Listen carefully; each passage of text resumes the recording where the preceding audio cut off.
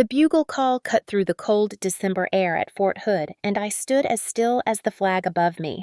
The brass shimmered on my shoulders, two silver bars that had cost me a decade of sleepless nights and 1,000 unspoken sacrifices. Promotion ceremonies are supposed to feel proud. Mine felt like a test of endurance. The sunlight flashed against rows of uniforms. Cameras clicked. My name was called Captain Dana Whitlock, United States Army. I stepped forward, saluted, accepted the congratulations. Behind the line of officers sat my parents in the front row, Martin and Evelyn Whitlock dressed in country club perfection. My mother's pearls caught the light. My father's expression didn't. His eyes scanned the stage as if he were watching a performance he didn't understand.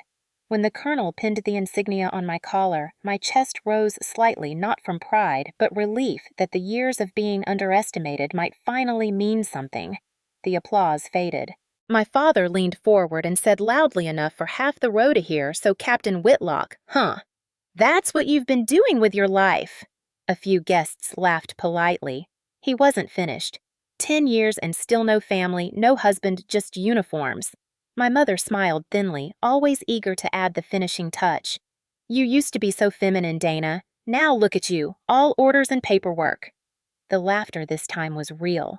Short, sharp, embarrassed. I could hear it ripple like static through the chairs. My hands were still at my sides, fingers locked against the fabric of my dress uniform. The metal on my chest felt heavier with every breath. I had imagined this day differently, imagined pride instead of pity. For a moment, I wanted to speak to tell them that discipline isn't a cage, that service isn't failure. But I had learned long ago that arguing with my father was like shouting into wind. I looked straight ahead and said quietly, "It's fine, sir." Some people measure worth differently. The words landed softly, almost swallowed by the hum of the crowd, but I saw his face tighten, his pride pricked by the calm he couldn't shake. The laughter around us began to fade, replaced by an uneasy silence. The wind picked up, carrying the scent of metal and winter grass. I thought the moment would pass, that the day would dissolve into small talk and forced smiles, but then a shadow fell over us. Colonel Matthew Ross, my commanding officer, had walked up behind me. His voice was deep, steady, the kind of voice that silenced a room without effort. "Mr. Whitlock," he said, "you're mistaken. She's not just a captain. She's the officer who saved this base 6 months ago." Every head turned toward him. Even the band paused mid-rest. My father blinked confused, caught between pride and exposure. My mother's fingers tightened on her clutch. I hadn't told them about that night in June, about the fire in the munitions depot, the alarms, the smoke thick enough to choke daylight. I hadn't told them how I stayed inside until every private was accounted for, how the colonel himself had dragged me out when the roof began to cave. I hadn't told them because I knew they wouldn't understand. They never asked. Colonel Ross continued clear and measured. Most officers would have waited for orders. She didn't. She acted. That's why the name Whitlock still means something here. The audience shifted, whispers replacing laughter. I kept my eyes forward. My pulse slowed, but my chest burned. For once, the silence worked for me. The colonel turned slightly toward me and said in a voice low enough for only a few to hear, "Carry on, Captain." I saluted. The simple motion steadied me. When I lowered my hand, the field was quiet. My father's mouth opened as if to speak, but no words came. The band began again, slow and solemn, as if the music itself had learned to be careful.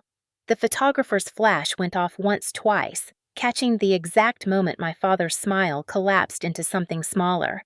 I didn't smile back. I didn't need to. When the ceremony ended, I stepped off the platform and into the open air. The applause started again, uncertain and late, and for the first time in years, I felt the weight of their judgment slide off my shoulders. I wasn't angry. I wasn't even proud. I was done performing. Sometimes silence isn't weakness. It's armor. And that day, I wore it better than any uniform I ever owned. Have you ever been mocked by the people who should have been proud of you? Tell me in the comments. I was born in Austin, Texas in 1991, the kind of city that glowed with ambition even when our family's world felt small. My father, Martin Whitlock, built his name on oil and risk. In the years before 2008, he used to say success was about motion, that if you ever stopped moving, the world would roll right over you. My mother, Evelyn, was different. Her world was made of appearances, luncheons, and silent judgments. She carried her reputation like fine china, something to be displayed, but never handled too roughly. When the market collapsed in 2008, my father lost everything. One week he was photographed at a charity gala. The next, he was standing in our kitchen with his tie undone, shouting at numbers that no longer obeyed him. I was 17, old enough to know that something had shifted in him permanently. From that day on, every conversation became a performance of control. He told me once, "You don't survive failure, you bury it. Then you make sure nobody ever sees the grave." I carried that line with me long after I left home. My brother Cameron was born to play the golden child. He had our father's charm and our mother's smile, the perfect Whitlock combination. When things fell apart, they built their new world around him. Cameron was the proof they still mattered. I was the reminder they didn't. While he went to a private business school, I took a scholarship at the University of Texas and joined ROTC. The day I told them, my father stared as if I had confessed a crime. "The Army," he said, "is for people with no options. You have a name. Don't trade it for a uniform." My mother cried for an hour, not from fear, but embarrassment. "What will people think, Dana?" She said the word Army the way other people say accident. They cut off my tuition support within the month. I didn't argue. I took extra shifts at the campus library, learned how to live on black coffee, and the kind of determination that keeps you upright when pride should have already broken you. ROTC gave me structure. For the first time in my life, rules made sense. In my family, everything was about perception, but in the military, the equation was simple. You work, you earn. You don't, you fail. No performance, no pretending. By the time I graduated, my father barely spoke to me. Cameron had landed a job at a Dallas investment firm, and every call home was about him. He was their redemption arc. I was their cautionary tale. When I commissioned as a second lieutenant, I didn't invite them. They sent a gift anyway, a polished compass engraved with the words, "Find your way back." I kept it in a drawer unopened. In 2015, I arrived at Fort Hood. I remember the heat rising off the concrete, the endless echo of marching feet. It felt like the first place that didn't need me to explain myself. I learned to lead. I learned to fail quietly and recover quickly. Promotions came slowly, but I earned each one without shortcuts. Every medal I kept folded in a box, never displayed as if showing pride would somehow prove my father right about vanity. He still called occasionally, usually to remind me that the family name still meant something in Texas, as if that fact alone could pay my rent. In 2021, the fire broke out in the munitions depot on a Thursday night. I had been working late on personnel reports when the alarms went off. Flames swallowed the outer wall before anyone could reach the sprinkler control. Smoke filled the air so fast I couldn't see my hands. The radio screamed with confusion. I heard a sergeant yelling that 2 soldiers were trapped in the storage wing. I didn't wait for orders. Training took over. I crawled through the narrow passage, counting the seconds between explosions. We found them pinned behind a collapsed rack, dazed but breathing. By the time we got them out, my sleeves were singed and my throat felt carved from sand. When I stepped outside, Colonel Ross was there. He didn't speak, just nodded once and said, "Get them clear." The investigation later found the cause was a faulty wiring relay. No one outside the base ever heard the story. Inside the report listed it under incident contained. No fatalities. I received a commendation letter folded neatly and filed away. I never told my parents. They wouldn't have cared about the risk, only about the photo opportunity. After the fire, something in me settled. I realized that silence could be protection, that hiding what I accomplished kept it safe from being twisted into something performative. My family lived off attention. I lived off results. Over the next 2 years, I stopped trying to explain myself altogether. I sent Christmas cards without return addresses, short and polite, never personal. When they called, I let it ring. It was easier to be the absent daughter than the disappointing one. Cameron got promoted again. They sent out a family newsletter. His section was a paragraph long. Mine was a single sentence: "Dana continues to serve in the Army." That was the entire summary of a decade of my life. Sometimes I read it over and laughed quietly. It was exactly how they needed to remember me small enough not to challenge the story they told about themselves. By 2023, I was up for captain. My file was spotless. My evaluation board notes used words like decisive, composed, consistent under pressure. I read those words and thought of my father calling me stubborn, my mother calling me cold. Maybe they were right. Maybe the Army had simply taught me to turn both into armor. When I got the email confirming the date of the promotion ceremony, I hesitated before opening it. December 14th, I stared at the screen for a long time. In some corner of my mind, I still wanted them to care to show up proud instead of curious. But then, the old memory returned my father's voice after the 2008 collapse, hard and hollow. You don't survive failure, you bury it. This time, I intended to bury something else the version of me they invented. When you grow up in a house built on image, silence becomes your first defense. My mother used to say that no one needs to know how the sausage is made, meaning that appearances were everything. As a kid, I thought she was talking about dinner parties. Later, I realized she meant life. In our home, truth was something you polished before showing, and if it didn't shine, you hid it. By the time I was 12, I could sense when a fight was coming, the smell of my father's cologne too early in the evening, the sharp rhythm of my mother's heels across the kitchen floor, the clipped sentences that meant someone had embarrassed someone else. Cameron would retreat to his room and turn up his music. I would sit on the stairs and listen. I remember thinking that adults weren't cruel because they wanted to be. They were cruel because it made them feel alive. After the financial crash, that cruelty became routine. My father's company dissolved in less than 6 months. Lawsuits followed. He lost the car, then the house in Westlake, then the friends who used to shake his hand. But what really broke him wasn't the loss of money, it was the loss of admiration. He needed to be looked up to, and when that was gone, he turned on anyone who reminded him of failure. I was finishing high school when the first argument about my future began. I wanted to study political science and apply to ROTC. He said I was wasting potential. I said I wanted purpose. He laughed, said purpose doesn't pay the bills. My mother took his side not because she believed him, but because she feared being seen as disloyal. That was her creed. Never make your husband look weak. I enlisted in ROTC anyway, and the next day, my father closed my college fund. The email was 1 line long, choices have consequences. That night, I packed a duffel and moved into campus housing 2 months early. I didn't cry. I just kept hearing his voice repeating that phrase. I learned to translate it. What he meant was, you're no longer mine to control. Through ROTC, I found a kind of family that didn't need me to perform. The instructors were hard, the expectations precise. There was a strange comfort in that. When you've grown up, never being good enough, being judged by clear standards feels like mercy. I learned to run until my lungs burned and to keep my voice steady even when fear clawed at my chest. Every stripe I earned felt like proof that I existed beyond the Whitlock household. My parents stopped asking about school. When they spoke, it was always about Cameron, his internships, his network, his new car. I congratulated him because it was easier than explaining that I had been living off instant noodles and late-night study sessions. I remember the first time I put on my uniform for drill practice. It was old, slightly too big, but when I looked in the mirror, I felt something that resembled belonging. My mother saw a photo of me later that year on social media. She called within minutes. Her voice shook not from emotion, but from fury. "You look like one of those women who shout on TV," she said. "What will people think when they see you in that?"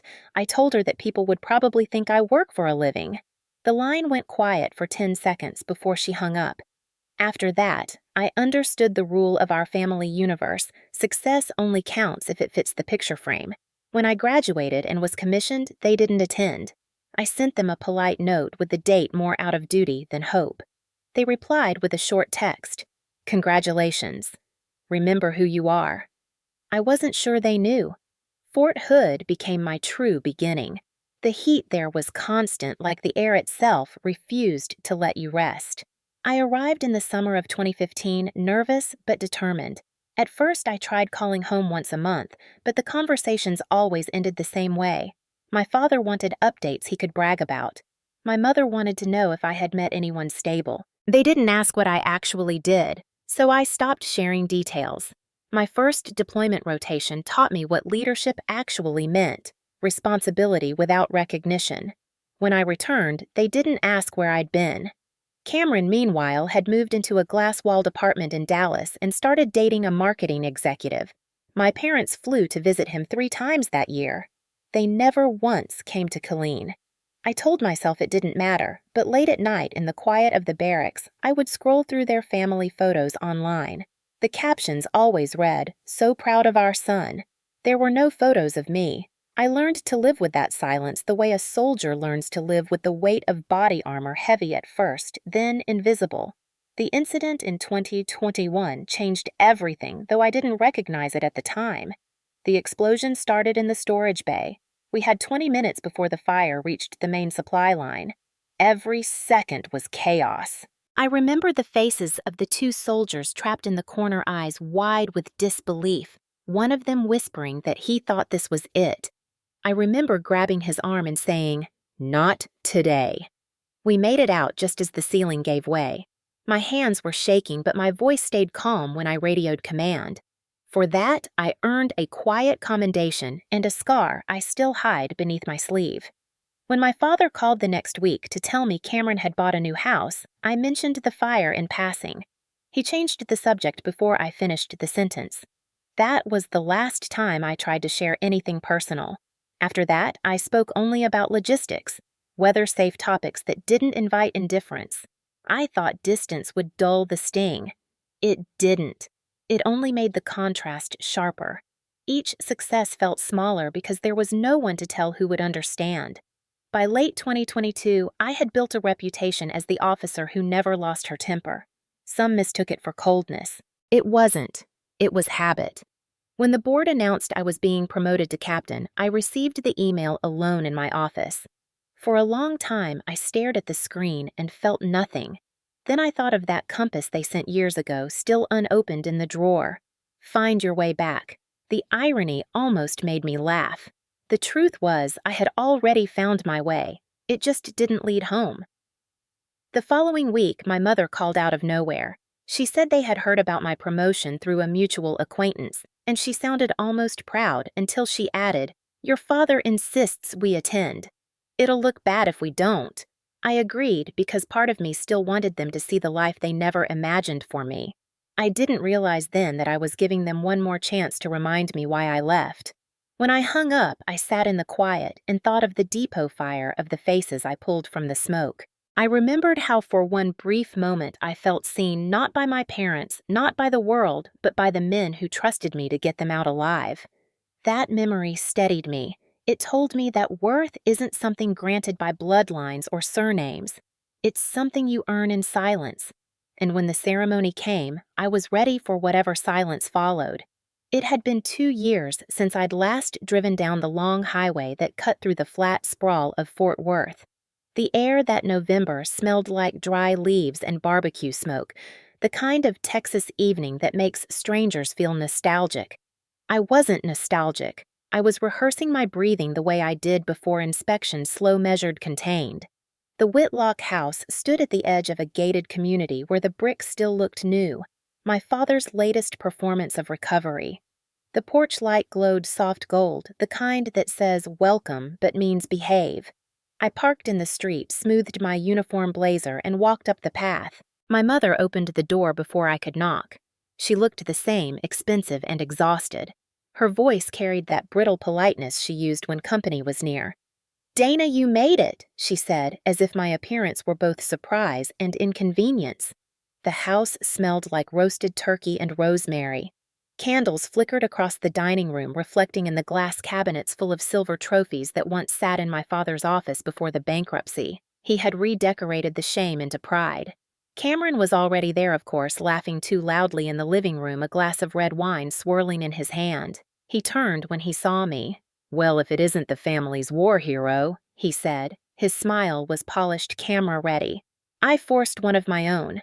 "Just here for dinner." The table was set for 8, though there were only 4 of us. My mother always prepared for an audience even when none came. She had arranged white roses in the center, their scent cloying under the heat of the chandelier, the silverware lined up like soldiers, perfectly symmetrical. My father appeared from the kitchen carrying a carving knife, his sleeves rolled up. "Dana," he said, nodding once as though greeting a colleague. "Good to see you in something other than camo." I took my seat, the one farthest from the head of the table. Dinner began like a truce that everyone knew wouldn't last. My mother poured wine into crystal glasses, though I declined politely. Cameron filled his anyway, saying, "Come on, Captain One Drink won't break protocol." I smiled. "It's not protocol I'm worried about." My father chuckled, the sound low and sharp. "So you're still doing the army thing, huh? Still stuck out there in killing Fort Hood?" I corrected softly. "Right, Fort Hood. Never understood what keeps you out there." "Dust and regulations not exactly a glamorous life." Cameron grinned, jumping in like a talk show host. "Dad, she loves it. Marching spreadsheets telling people what to do, it's perfect for her." My mother laughed too quickly, then covered it with a sip of wine. I cut my turkey slowly, chewing in silence. I'd forgotten how cruelty could sound like family. My father wiped his hands with his napkin. "You know, Cam just got promoted," he said, leaning back. "Assistant vice president at the fund. They made the announcement last week. Big step for him." Cameron gave a modest shrug that fooled no one. The table glowed with pride. My mother clasped his arm. "We are so proud," she said. "You've always had such a head for business." Then she turned her gaze to me, soft and surgical. "And you, dear, how's work?" I swallowed my food and replied simply, "I'm up for promotion next month." The words fell between us like a pebble dropped in water. My father's eyebrows lifted. "Promotion, huh?" "Captain, right?" He said the word like it was a consolation prize. "Isn't that what middle management for the Army?" Cameron laughed, already nodding. "Yeah, like the guy who schedules the real soldiers. At least you get free housing, right?" I could feel the heat rising under my skin, but I kept my tone even. "You'd be surprised what I've paid for." Cameron's smirk faded for a second, confused by the calm. My mother refilled her glass, eyes flicking toward my father. He was waiting for a reaction, any sign that I would crack. That was always his favorite sport, testing the edges of control. I didn't give him one. Instead, I asked about Cameron's promotion, the clients, the market, every neutral topic I could find. He talked for 15 straight minutes about growth forecasts and acquisitions using words he barely understood. My father nodded like a proud investor. My mother kept smiling, though her gaze darted between us, measuring the balance of power like she used to measure guests at her charity luncheons. When dinner plates were cleared, my father poured coffee and leaned back in his chair. He started telling a story about Cameron negotiating some deal that doubled his department's profit margin. My mother interrupted halfway through, laughing too loud, adding details that made the story sound rehearsed. I listened quietly, stirring my coffee. No one asked about my work again. No one mentioned the fire, the soldiers, or the commendation. They didn't know, and if they did, it wouldn't matter. Their world existed inside the frame of their own reflection. As dessert arrived, pumpkin pie cut with geometric precision, my father's tone shifted. "You know, Dana," he said, "you could still come back. We have connections in Austin. Your experience would look good in corporate risk management. Real money, real stability. You're 32 now. Time to think long term." I smiled faintly. "I have thought long term, sir." "That's why I stayed." He shook his head. "You always were stubborn." "I prefer the word steady." He frowned. "Steady gets you forgotten. Cameron gets noticed because he takes risks. He moves. That's success." I wanted to ask if he remembered 2008, but I didn't. My mother reached for my hand, suddenly, her smile tight. "We just worry, that's all. You've been gone so long. Don't you miss home?" I looked around the table at the perfect roses, the polished silver, the framed photographs on the walls that didn't include me. "Home," I said slowly, "isn't a place that mocks you when you walk through the door." Cameron shifted uncomfortably. My mother withdrew her hand. My father's eyes narrowed, not angry, just calculating like a man assessing a weak stock. Then he smiled. "That's the Army talking. Discipline, pride, no room for feeling. Maybe that's why you're still alone." The words hit like a slap, though his tone stayed casual. I set my fork down. The small click against porcelain was louder than I expected.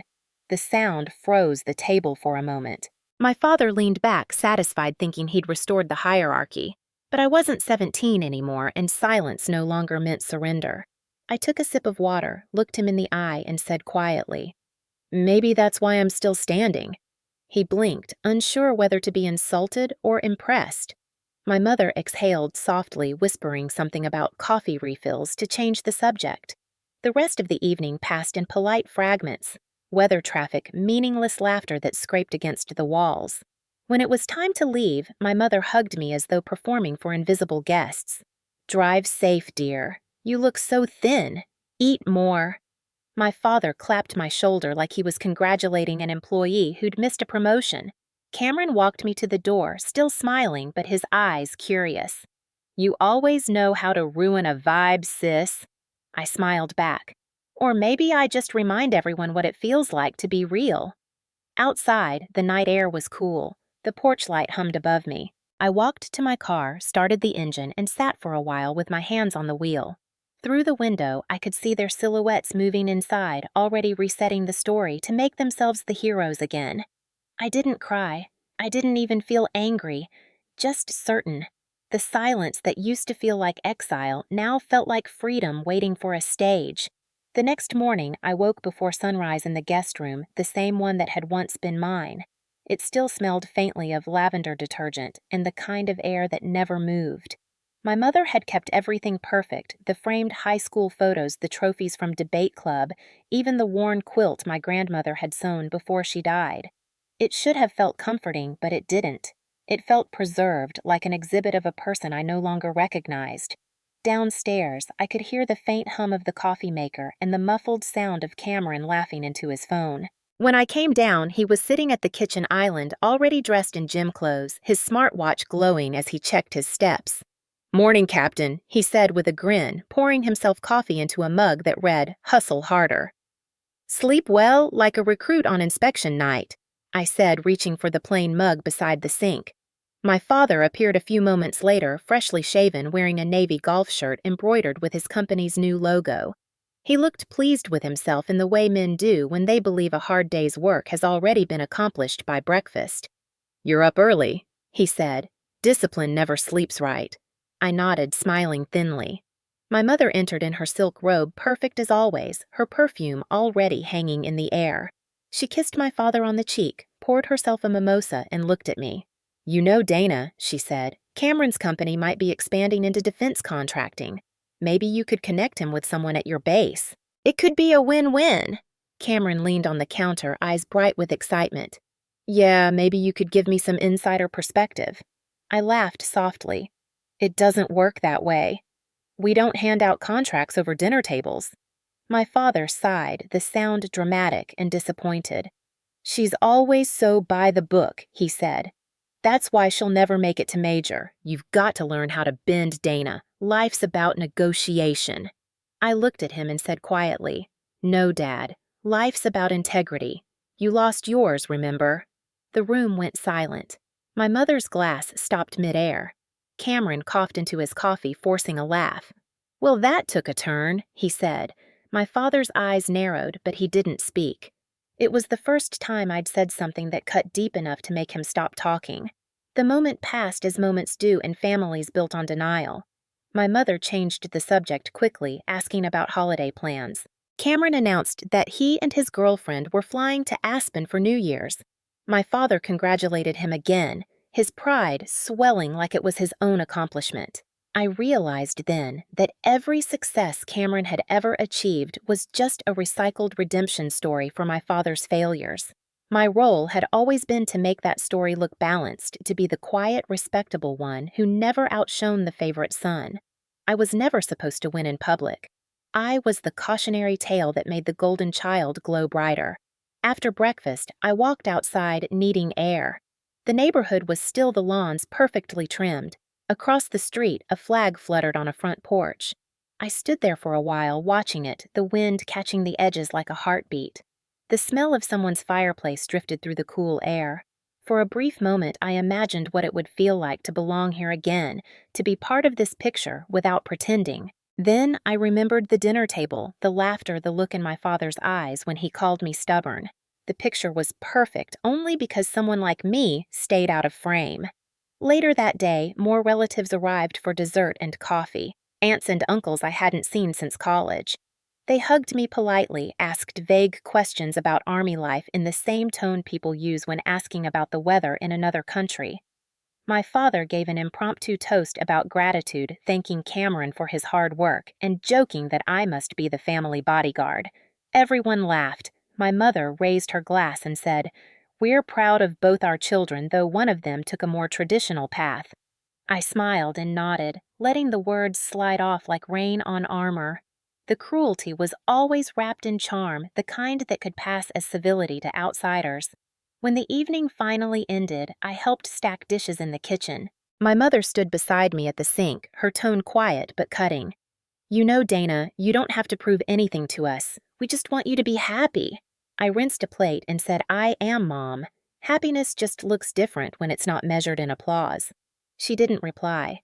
She just sighed, the long, weary kind that said she'd given up understanding me years ago. My father entered the room carrying his empty glass. He clinked it against the counter for emphasis.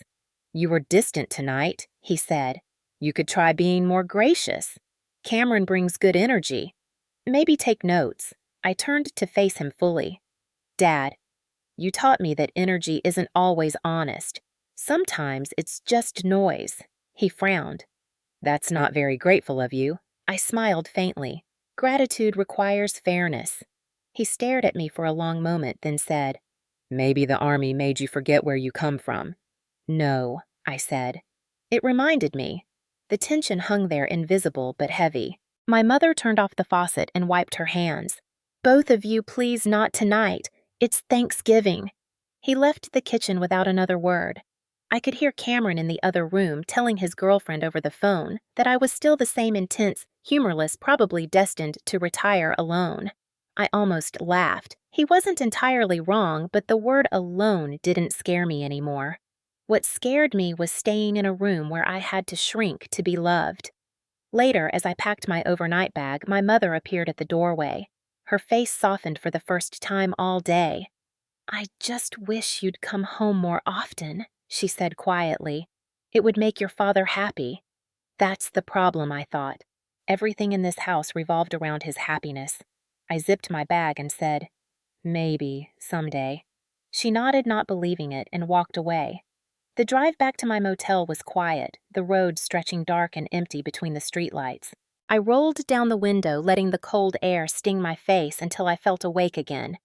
Somewhere between the hum of the tires and the rhythm of my thoughts, I realized that the dinner had given me something I didn't expect: clarity. Their mockery hadn't humiliated me. It had confirmed what I already knew: their approval was the cheapest currency I'd ever chased. The only opinion that mattered now was my own. When I reached the motel, I stood outside my car for a long time, staring at the night sky. It was clear, vast, and silent. I thought of my soldiers back at Fort Hood, the ones who'd trusted me, who'd followed my orders without question because they believed in the work. That was family. Not the kind bound by blood, but by purpose. I went inside, turned off my phone, and sat on the edge of the bed. The quiet didn't feel lonely. It felt earned. Tomorrow, I'd drive back to the base, back to the only place where silence meant strength. But that night, under the thin motel lamp, I made myself a promise. I wouldn't hide anymore. The next time they laughed at what I'd built, I wouldn't just let the silence defend me. I'd let the truth do it. The morning sun hit the blinds in perfect bars of light, striping my small apartment with the kind of precision I had built my life on. The sound of distant cadence calls drifted faintly through the open window from the training field across base. The rhythm felt familiar, grounding, like a heartbeat I could trust. On the kitchen table sat a neatly folded email printout, the official notice of my promotion ceremony. I had printed it not because I needed a copy, but because seeing it on paper made it real in a way screens couldn't. The black letters read, "Captain Dana Whitlock, Promotion Ceremony, December 14th, 2023, Fort Hood, Texas." My name looked different when followed by the new title. Not better, just heavier. The Army doesn't give you rank. It lends it to you, and you pay for it with everything you've got. I ran my fingers along the edge of my uniform jacket. It still smelled faintly of starch and metal. "The uniform remembers everything you've survived," I whispered to myself. even when your family refuses to. My hands moved automatically, folding the shirt, brushing a lint roller across the fabric, polishing the dull edges of my black boots until I could see the faint outline of my reflection. I'd done this 1,000 times before, but that morning it felt ceremonial, almost sacred. Each motion carried memory. Every crease and shine was a story of something endured and left unspoken. The base was quieter than usual that week. Most of the younger soldiers had taken early leave for the holidays, leaving the air oddly still. I liked it that way. The silence made space for focus. My small apartment overlooked the motor pool where the vehicles sat in tidy rows, their green metal skins catching the December light. It reminded me that order was a language I understood when words failed. My phone buzzed with a notification. A calendar reminder. Confirm family attendance. I hesitated, staring at the words. For a long moment, I considered deleting the reminder entirely. I didn't need them there. I didn't need their approval, their smiles, or their shallow praise. But then I remembered my mother's voice, precise and performative. It'll look bad if we don't attend. She had said that about weddings, graduations, even funerals. Image was the oxygen of her world. I exhaled and reached for the phone, scrolling through my contacts until I found Mom. My finger hovered over the call button, but before I could press it, the screen lit up. "Incoming call, Evelyn Whitlock," I answered, half amused. "Mom, I was just—" Her voice cut in brisk and controlled. "Your father insists on attending," she said, skipping greetings. "He says it would look bad if we don't." There it was, the phrase. Word for word. "I see," I said. "You don't have to come if it's inconvenient." "Nonsense," she replied. "You worked hard. We should be there. People will expect it." I smiled faintly at the honesty hidden in her phrasing. They weren't coming for me. They were coming for optics, for the photographs they could send to friends to prove the Whitlocks were still relevant, still proud, still intact. "Fine," I said. "The ceremony starts at 10:00 hours. You'll receive an email confirmation." 10. "What?" she asked, half laughing. 10 a.m., I clarified. "Right," she said. "We'll be there." "Your father already bought a new suit." I could hear the smile in her voice, the satisfaction of a social debt repaid. "Tell him thank you," I said, though the words felt hollow. After we hung up, I stared at the phone for a long time. The silence that followed her absence felt heavier than her presence ever did. I turned back to my uniform, smoothing a wrinkle that wasn't really there. The hum of the refrigerator filled the room. It was strange how quiet could sometimes sound like pressure. I sat on the edge of my bed and checked the clock. 2 weeks. 2 weeks until the ceremony. 2 weeks until I stood again under that flag, the same one that had watched me crawl through smoke and debris 2 years ago. And this time, the audience would include the people who had never once asked what I'd done to earn it. The thought didn't hurt anymore. It just clarified things. Later that afternoon, I walked to headquarters to finalize some paperwork. The halls were almost empty, echoing with the faint click of my boots. When I reached the admin office, Lieutenant Grace Mendez was there, hunched over her laptop hair, pulled back in a tight bun. She looked up and smiled. "Hey, Captain-to-be," she said. "You ready for the big day?" "Ready enough," I said, setting down the file folder. "Just making sure logistics doesn't eat me alive first." She chuckled. "It's not logistics you need to worry about. It's family." I glanced at her, raising an eyebrow. "Word travels fast around here." "Word always does," she said. "So they're coming." "Apparently," I said. "My father insists." She gave a low whistle. "You sure that's a good idea?" "Probably not," I said, "but it's fine. It'll be over in an hour." "You don't owe them a show, Dana," she said quietly. "They'll never change. But you don't need to stay silent this time." I paused, meeting her gaze. Grace had been stationed with me long enough to know the outlines of my story, the quiet war that lived behind the professional composure. "I won't," I said. "Not if the truth decides to speak for me." She tilted her head. "That sounds ominous." "Maybe it's just overdue," I said. She smiled, shaking her head. "You've got that look in your eye again." "What look?" "The one that says you're about to remind someone exactly who you are." Her words followed me out of the office, echoing down the hallway like prophecy. Outside, the winter sun was sharp and cold, the sky washed pale blue. I walked across the parade ground, boots crunching over gravel. The flag at the center mast snapped in the wind, a crisp sound that carried across the base. I stood still for a moment watching it. The last time I'd stood in that exact spot, the depot fire had still been smoldering, and Colonel Ross had found me there soot-streaked and shaking. "You did good, Lieutenant," he'd said then. "Just don't forget, good doesn't mean visible." I hadn't. Visibility was dangerous in a world that prized control. But now, as the promotion loomed, I wondered if maybe he'd been wrong, or maybe I was just tired of being invisible. That night, I laid out my uniform across the bed. The fabric caught the lamplight in muted reflections, each seam a testament to persistence. The silver insignia rested in a small box beside it, the captain's bars shining like distant stars. I thought about the ceremony, the faces, the flash of cameras. I thought about my parents sitting in the front row, about my father's inevitable smirk. For years, I had survived by keeping my strength quiet, by letting silence shield me.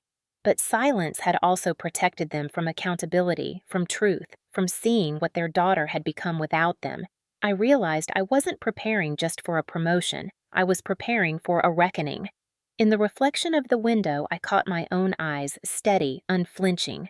"You can't buy respect," I whispered. "You can only earn it." The wind outside rattled the blinds, carrying the sound of distant training drills fading into the night. The days leading up to the ceremony moved in quiet precision, like the final countdown of a mission no one else could see. Each morning I ran the same 3 miles around the base perimeter, the air sharp enough to sting my lungs, the rhythm of my boots on pavement steady and deliberate. Routine was comfort. It kept my mind where it needed to be, forward, not backward. Still, sometimes during those runs I would hear echoes of that Thanksgiving dinner in Fort Worth. My father's laughter, my mother's polite sigh, Cameron's smug tone when he called me captain like it was a nickname instead of a rank. The memory didn't hurt anymore. It only sharpened my focus. Every insult was fuel now. Every dismissal had become proof of how little they understood the world I lived in. By the second week of December, the base buzzed with preparations. Flags were pressed podiums, polished chairs aligned with military precision. The promotion ceremony wasn't large, just a few officers being recognized, but every detail mattered. Fort Hood didn't do pomp and glitter. It did order and respect. That was enough for me. My small apartment had turned into a quiet workspace for reflection. The uniform hung on the closet door, the brass polished to a mirror finish. I ironed each crease until it could cut air. The insignia waited in a velvet-lined box beside my nightstand, the 2 silver bars that would change everything and nothing all at once. On my desk sat a folder containing my personnel file evaluation letters and a printed commendation from the depot fire incident. I hadn't looked at that letter in months. I opened it now, tracing the ink with my fingertip. "For decisive leadership under extreme conditions."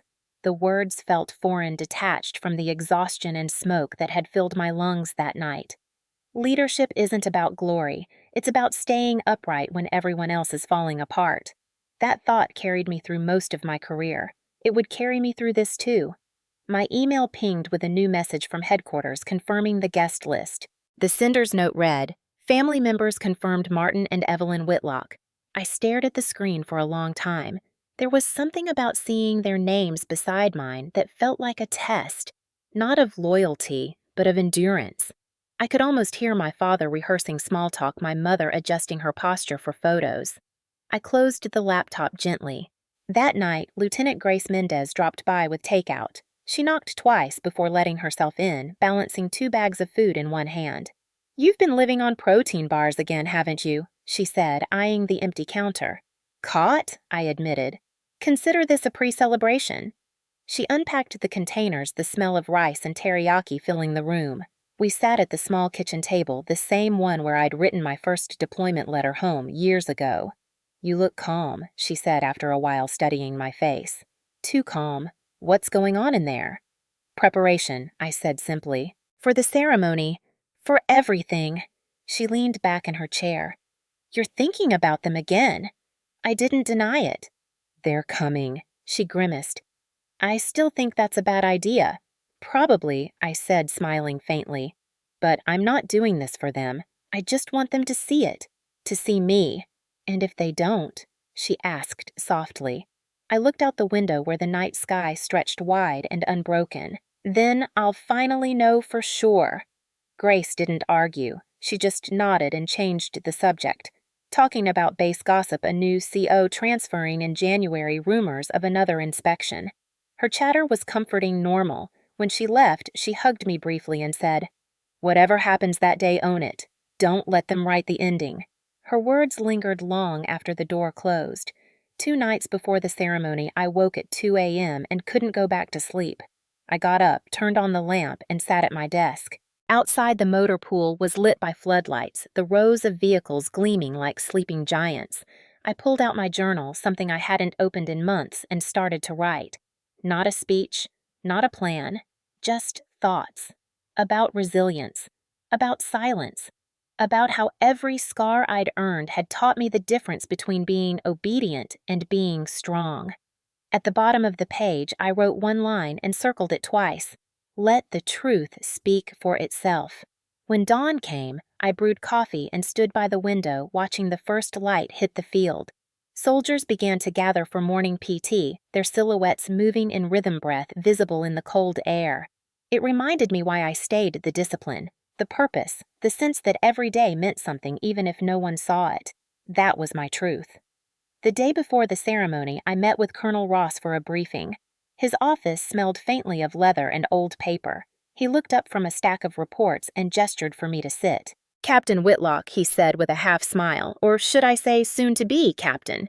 "Sir," I said, nodding. He leaned back, studying me.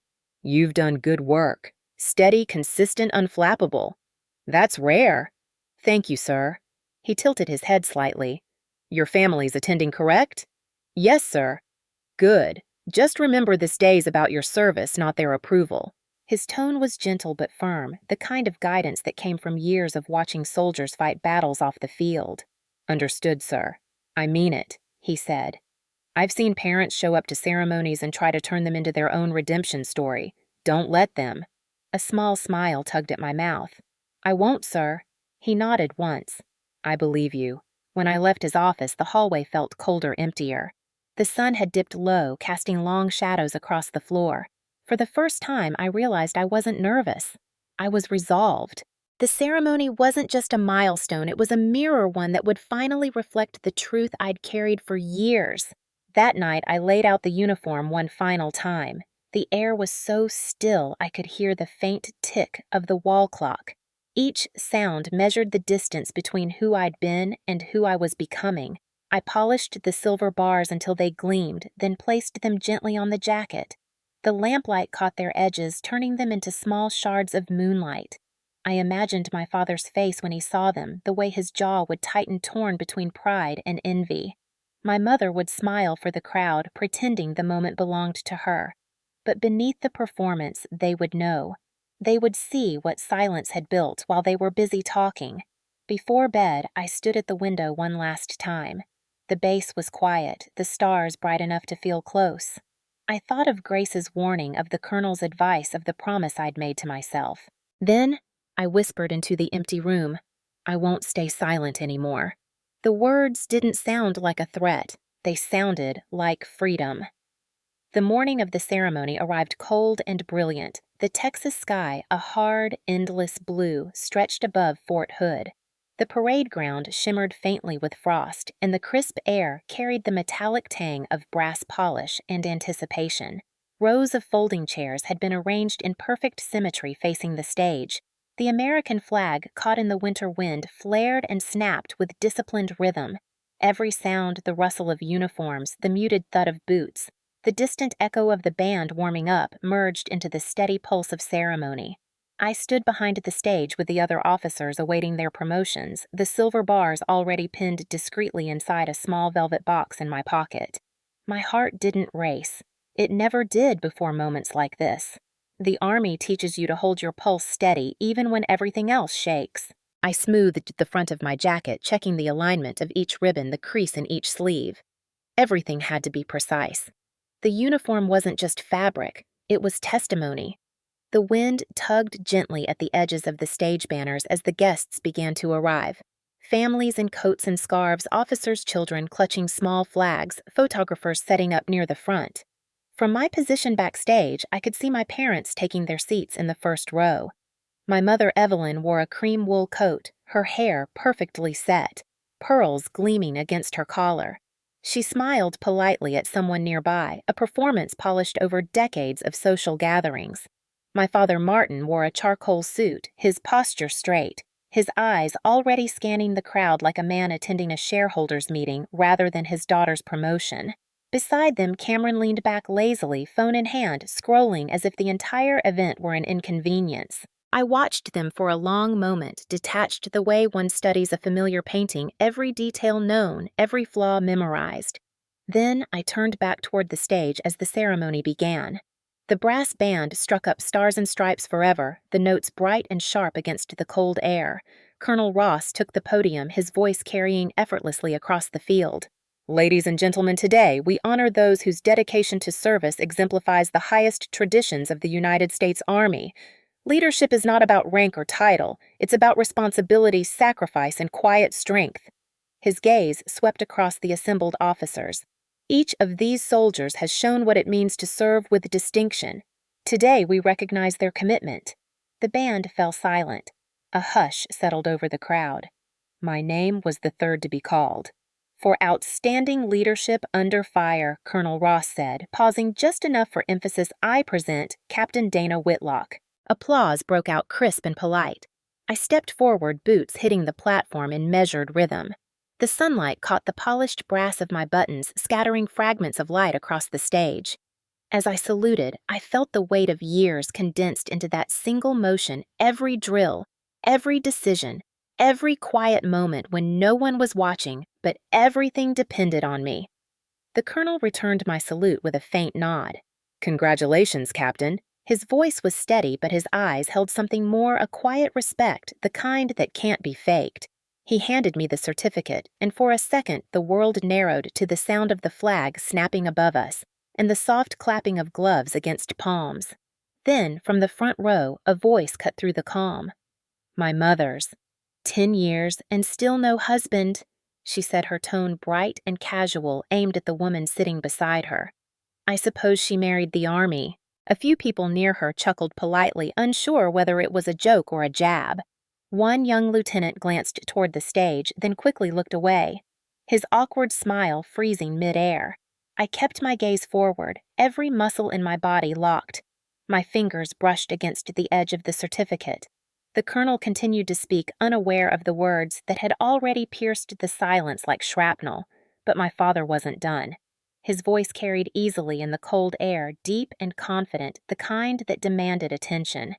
"Captain isn't even that high," he said, laughing lightly. "I thought she'd be major by now."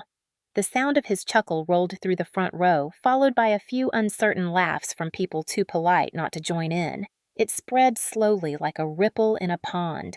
Everyone laughed. The applause faltered, replaced by the uneasy rhythm of social discomfort. I heard every note of it, every forced exhale, every throat-clearing attempt to soften the blow. Time slowed. The cold bit through my gloves. I could feel my pulse behind my ribs, steady but heavy. Pride twisted into something sharper, tighter, like a thread pulled too hard. My eyes stayed on the horizon, fixed on the flag as it caught the wind. The flag didn't flinch. Neither did I.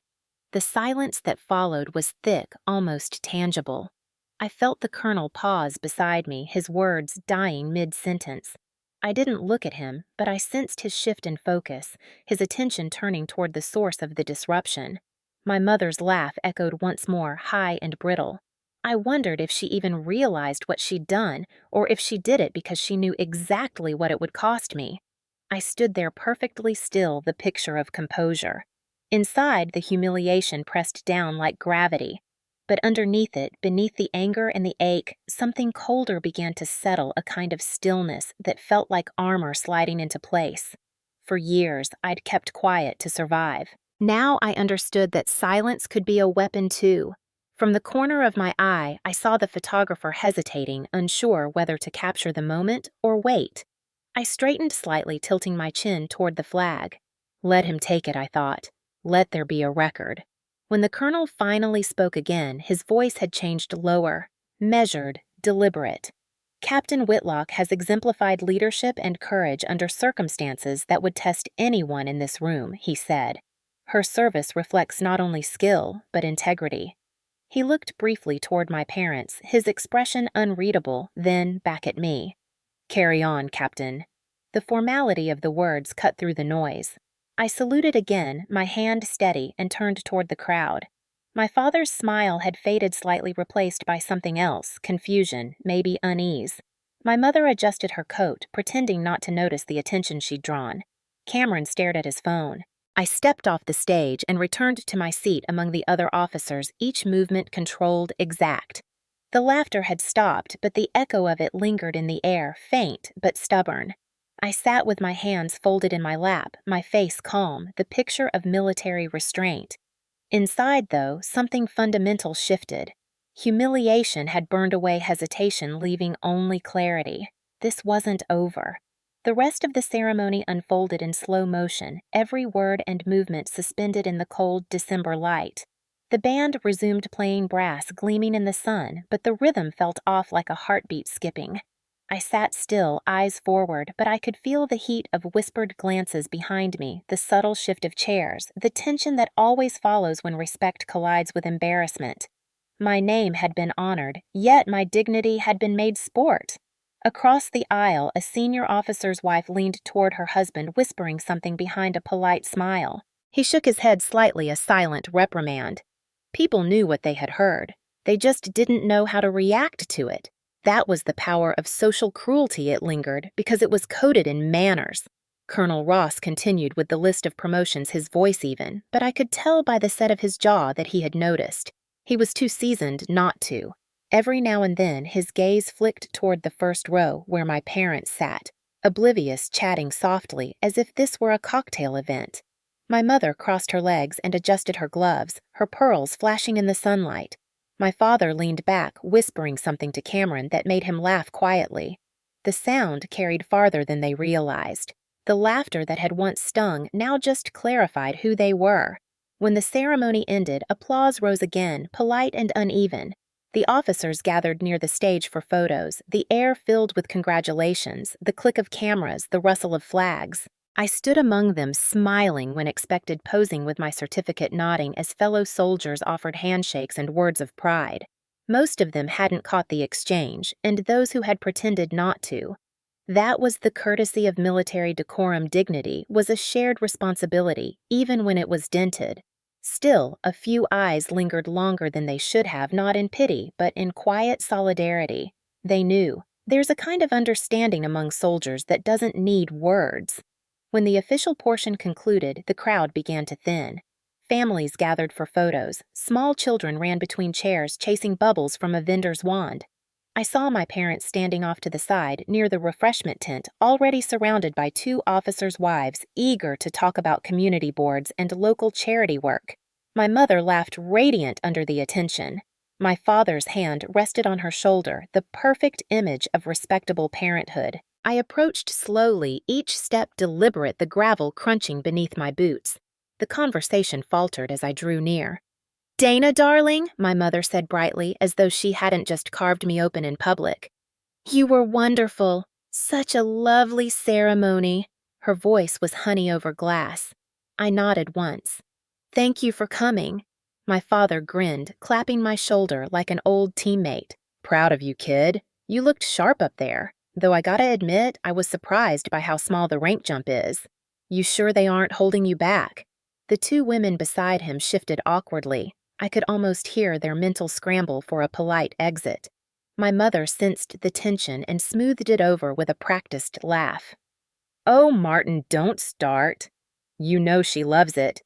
The Army is her husband, remember?" The women chuckled weakly, excusing themselves. My father chuckled too clearly, pleased with his own joke. "Relax, I'm kidding," he said, though we both knew he wasn't. I looked at him, really looked at him, the lines around his mouth etched deeper now the arrogance aged into habit. "Do you ever get tired of underestimating people?" I asked quietly. He blinked, startled by the calm in my tone.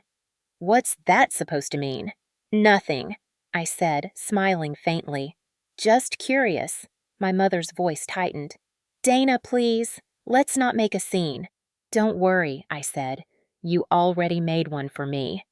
Her face froze, the perfect mask cracking for half a second before she caught it. My father's mouth opened, then closed again. I could have pressed further, but I didn't. Not yet. I wasn't interested in another argument they could later rewrite as me being emotional or disrespectful.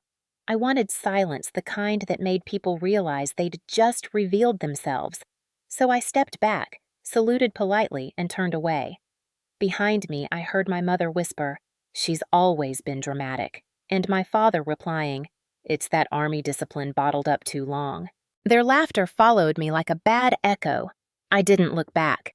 I walked toward the far edge of the field where the photographers had packed up and the wind moved unchallenged through the empty chairs. The flag at the mast still rippled steady and strong. For a moment, I stood there letting the sound of it drown out everything else. Pride doesn't vanish when people mock it. It just gets quieter, more deliberate. I inhaled the sharp, cold air, exhaled the last of the anger, and straightened my collar. Behind me, Colonel Ross approached his footsteps heavy, but measured. "Captain Whitlock," he said. I turned and saluted. "Sir?" He returned the salute, then lowered his hand. "Walk with me." We moved across the field in silence, boots crunching over the frost. After a few paces, he spoke. I heard he said simply, "It happens." "Not like that," he replied. His tone wasn't pity, it was anger dressed in restraint. "You handled it well." "There wasn't much to handle, sir."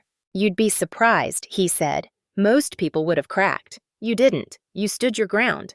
"Standing still is easy, sir," I said. "It's what comes after that's harder." He stopped and looked at me, eyes narrowing slightly. "Your parents don't understand what you do.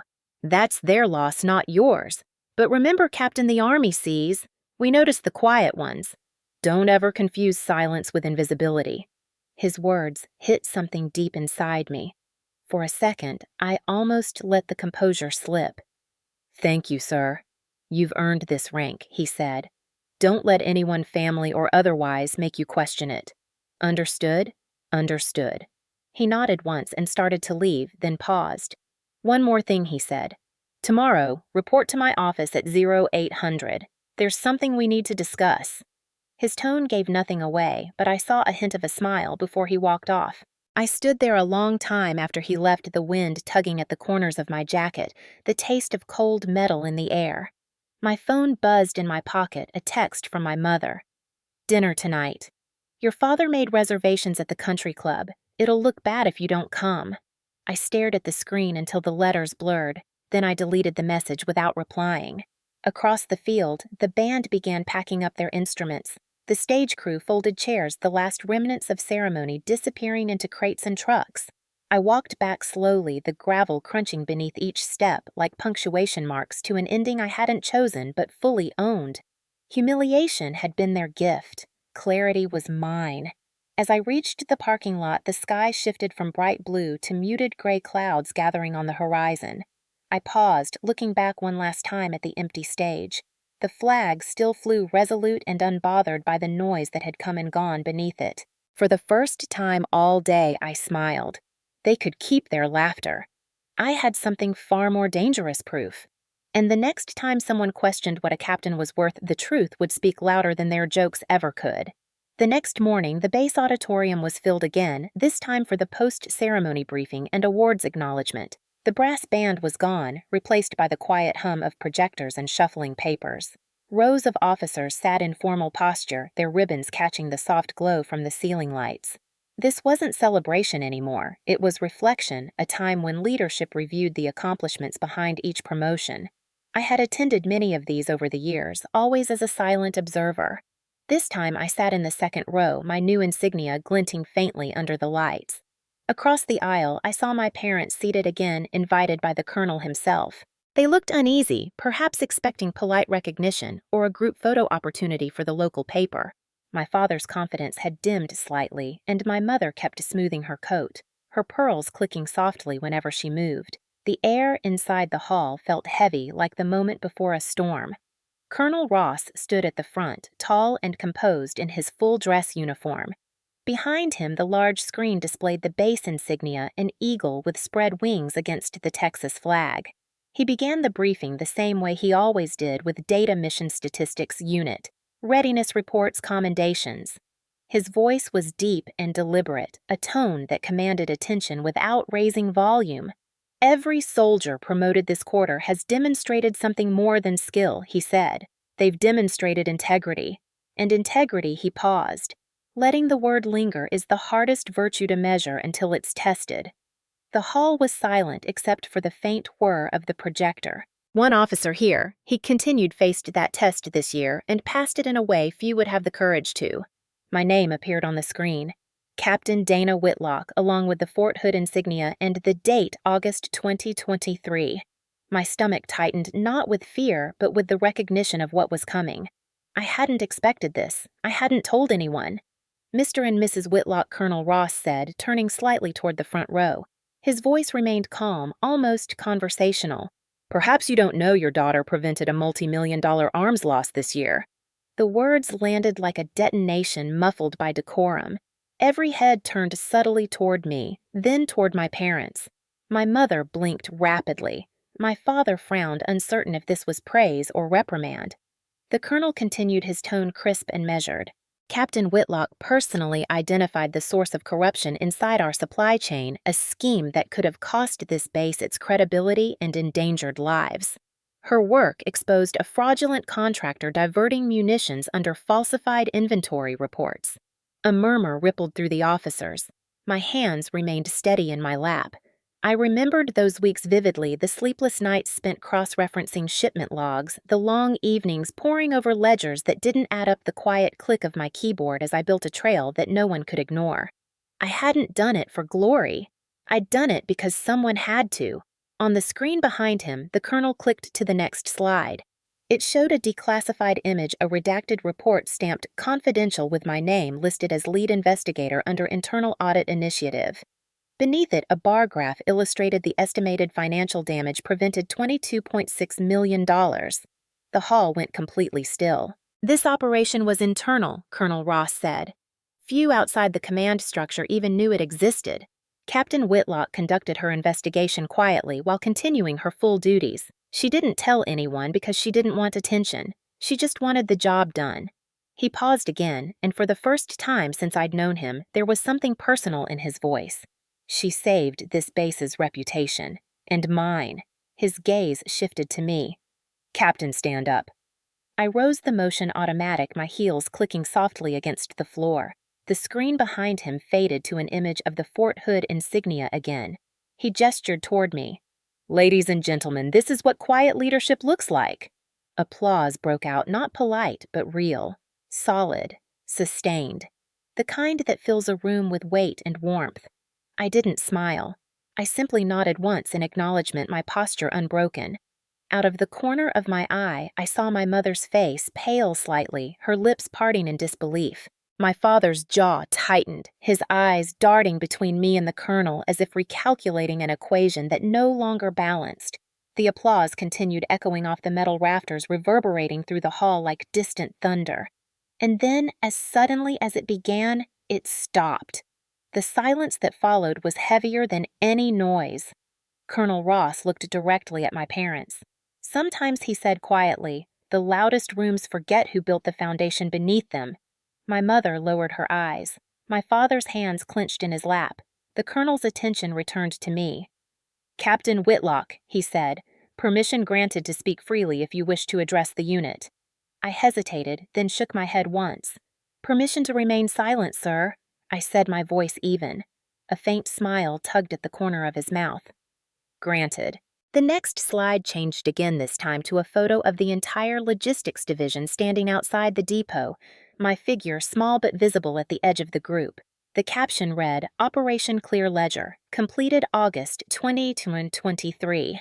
The colonel finished his remarks, summarizing the reforms that followed my report. The security upgrades, the new audit protocols, the internal oversight board. Every sentence built a wall of truth around the lie my family had built about me for years.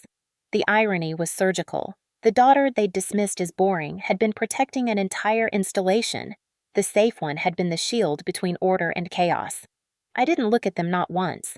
To acknowledge them now would have been to share the stage again, and I'd already learned they didn't deserve it. The colonel closed the presentation with a simple statement. Integrity doesn't need an audience, but today it has one. He turned toward me again.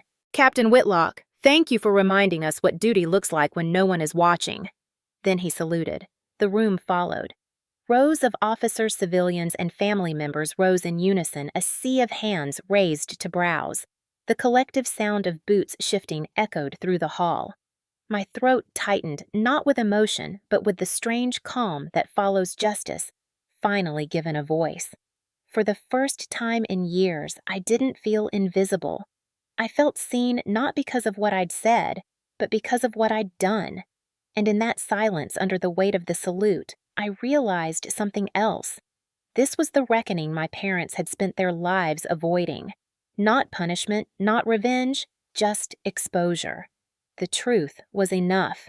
When the final applause faded, a hum of murmurs filled the hall. The kind of talk that comes after revelation, the low buzz of realization passing from one row to another, small gasps mixing with quiet awe. My name was still on the screen, but the colonel had stepped aside, letting the truth linger by itself. For a long, stretched moment, no one moved. I remained standing posture precise, my expression neutral. Years of discipline held my body steady, even as the air around me shifted. People who had once overlooked me now looked differently with the startled respect that only truth can command. I didn't feel proud. I felt unburdened. Across the room, my mother's face was pale as the paper programs in her lap. Her lips pressed together tightly, and her fingers fidgeted with her pearls, twisting them until the strand nearly snapped. My father stared straight ahead, jaw tense, but his eyes betrayed the storm behind them. Shock, confusion, and something close to fear. For a man who thrived on control, nothing was more unbearable than being out of the narrative. He had no script for this. The colonel took the microphone again, his tone shifting from official to almost personal. We don't often have civilians attend these briefings, he said, glancing at my parents. But I think today makes something clear. Service isn't always visible. Sometimes the hardest work happens in silence, without applause, without expectation.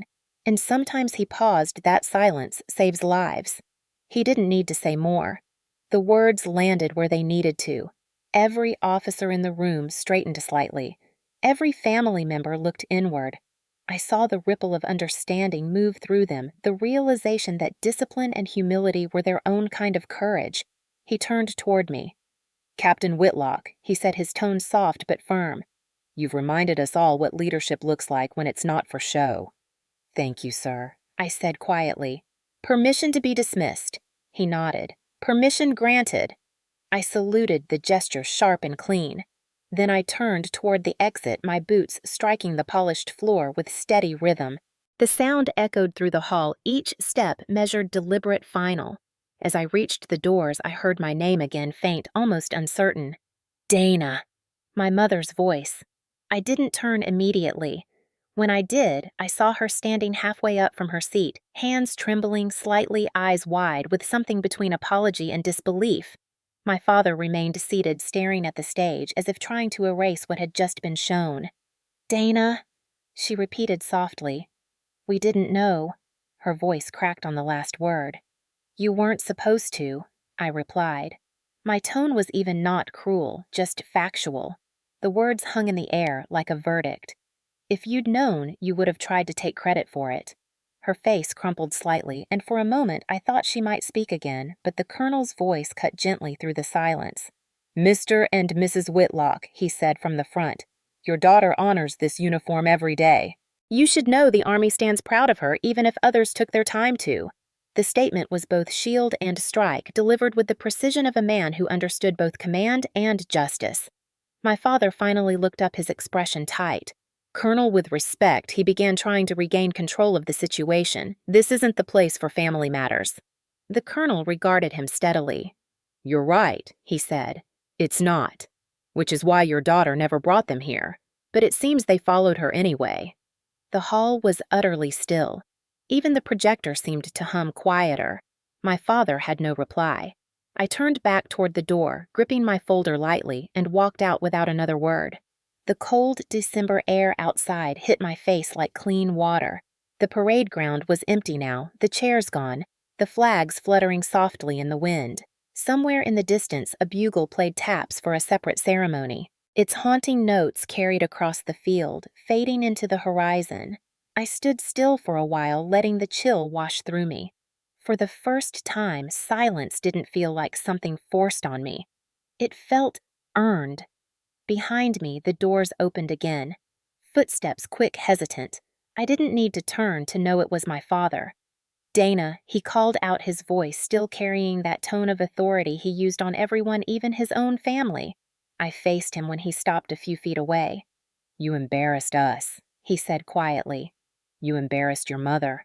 No, I replied calmly. You embarrassed yourselves. I just let the truth catch up. His eyes flashed with anger.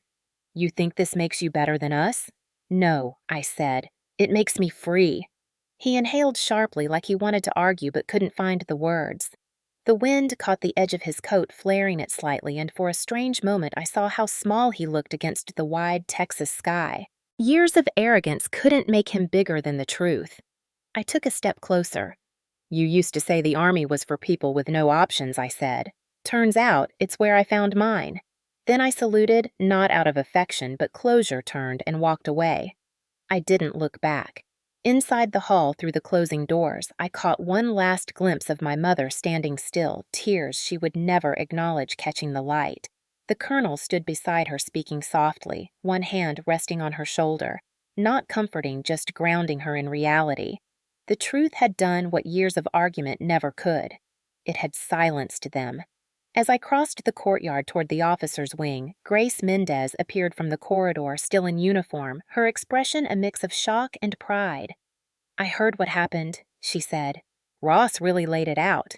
He did, I replied. And you just stood there, she said, didn't even flinch. That's the part everyone's talking about. It's easier when you stop expecting them to change, I said quietly. She nodded. You sure you're okay? I exhaled slowly. Better than okay. I'm done pretending silence is weakness. She smiled faintly. So, what now, Captain? I looked past her toward the horizon where the sun was beginning to dip, turning the clouds gold and crimson. Now, I said, I let them live with what they saw. The two of us stood there for a moment, the faint hum of the bass surrounding us engines, voices the rhythmic cadence of military life continuing as it always had. Justice doesn't always roar. Sometimes it simply steps into the light and lets the truth do the talking. As I walked back to my quarters, I felt lighter, not triumphant, not vengeful, just clear. The kind of clear that comes when you realize the battle you've been fighting was never about winning. It was about being seen at last without having to say a word. Would you stay silent, or would you finally let them hear the truth? Tell me what you'd do. By Monday morning, the base had already absorbed the story like wildfire through dry grass. Soldiers talked in low voices in the mess hall, officers whispered in corridors, and every civilian contractor suddenly knew the name Captain Dana Whitlock.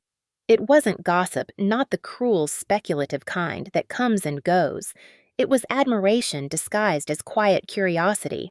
People didn't look at me with pity anymore. They looked with that subtle, weighted respect reserved for someone who had done something difficult without making noise about it. Even those who hadn't been in the hall heard about what happened. The words Colonel called out, her parents traveled from office to office like a rumor wrapped in reverence. But I didn't feel vindicated. I felt still. Everything inside me had gone calm, the way the air feels after a storm. The truth had done its work, and I no longer had to defend it. My job was to keep moving forward. Colonel Ross called me into his office that morning. He didn't sit behind his desk this time. Instead, he stood by the window overlooking the training field. The morning light hit his uniform at an angle, turning the gold trim into molten lines. "Captain," he said without turning, "it's been an interesting weekend." I stood at attention. "Yes, sir. You've caused quite a stir," he said. "Not intentionally, I imagine, but the effect's the same. I didn't mean for it to get out, sir." He looked over his shoulder, eyes steady. "That's what makes it powerful. You didn't chase it. You just told the truth." The rest followed. He turned back to the window. "I've been thinking about the new audit division we're setting up post-investigation oversight compliance with the new logistics protocols. We need someone who knows the system from both ends." He paused, then faced me fully. "I want you as special advisor for audit and compliance. Temporary assignment, direct report to my office." The words hung there clean and heavy. It wasn't a promotion, not exactly. It was trust. "Yes, sir," I said. "I'll accept." He nodded once. "Good. We'll make it official this week. You'll start by reviewing procurement reforms from your report. Take your time. Precision matters more than speed." "Understood, sir." "And, Captain," he added as I turned to leave, "don't mistake their silence for defeat. Some people only understand truth when it costs them something." His tone was even, but the meaning cut deep. I saluted and left. The rest of the day unfolded with the rhythm of quiet consequence. Everywhere I went, people greeted me differently. Not overly warm, not effusive, just a nod, a subtle acknowledgement that said, "We saw." I worked through logistics reports until dusk, the glow of the monitor soft against the gray walls of my office. Numbers lines evidence things that didn't lie. They'd always been my refuge. At 1900 hours, I packed my things and walked back to my quarters.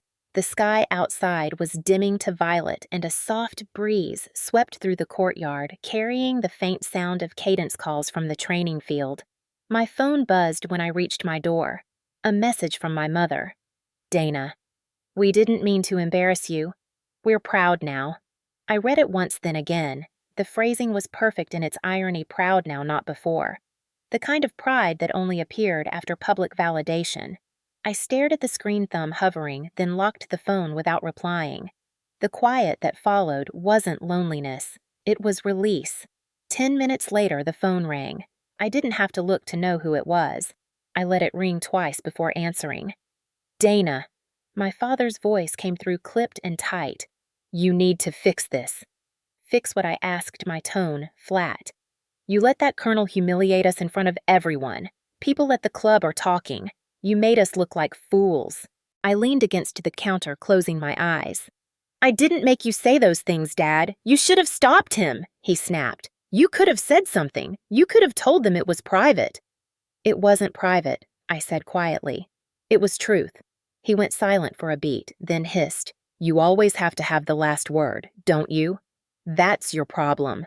"No," I said calmly. "My problem was thinking silence would make you proud.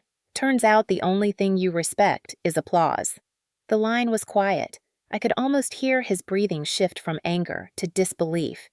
"You think this little performance makes you better than us?" he said finally. "No, Dad," I replied. "You fixed it yourself for good." Then I ended the call. The phone rang again almost immediately. I let it. Eventually it stopped. The silence that filled the room afterward was heavy but not suffocating. For the first time, it belonged to me. I set the phone down and turned on the desk lamp. Its circle of light spilled across the table, catching on the edge of a small wooden box, the one that held my old insignia. I opened it slowly, tracing the faint scratches along the lid. Inside lay the silver bars I'd just earned gleaming against the velvet. I unpinned them from my jacket, turning them over in my hand. They were cold, smooth, unpretentious, just metal but heavy with meaning. The light caught them again, sending a thin beam across the room. I thought about everything they represented: sacrifice, discipline, respect, hard-won and rarely given. I thought about how easily people outside the uniform confused humility with weakness, silence with submission. Then I placed the insignia gently back into the box. The lid clicked shut, the sound small but final, like punctuation at the end of a sentence that no longer needed rewriting. The room dimmed to shadows. Outside, the flag on the mast still waved under the floodlights, steady and unwavering. I sat there for a long time, listening to the hum of the heater and the faint whistle of the wind against the glass. Justice didn't roar. It didn't need to. It was here in the stillness, in the clarity, in the knowledge that I no longer owed anyone my silence. The following week, Fort Hood moved with its usual rhythm, but something beneath the surface had shifted. Conversations quieted when I passed not out of avoidance, but respect. The same officers who once overlooked me in briefings now paused to ask for my input. The quartermasters who used to double-check my directives followed them without question. It wasn't fame. It was credibility, the kind that comes only after the truth makes people uncomfortable enough to listen. I didn't crave it. I just noticed it. My mornings began earlier now. I'd wake before dawn, run the perimeter trail, and let the cold air scrub my thoughts clean. Each sunrise over the Texas hills looked sharper, freer. The weight I had carried for years had dissolved somewhere between the humiliation and the revelation. In its place was a steady calm. Justice, when it's earned, doesn't need fireworks. It just breathes. Colonel Ross kept his word. The new Audit and Compliance Division began its pilot phase that Friday.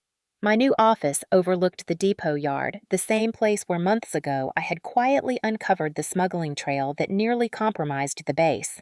Now I was back there with authority not as a whistleblower, but as its architect. My small team, 2 lieutenants and a civilian analyst, were young, sharp, and idealistic. I saw in them the same curiosity that had once made me dangerous in rooms full of people who preferred ignorance.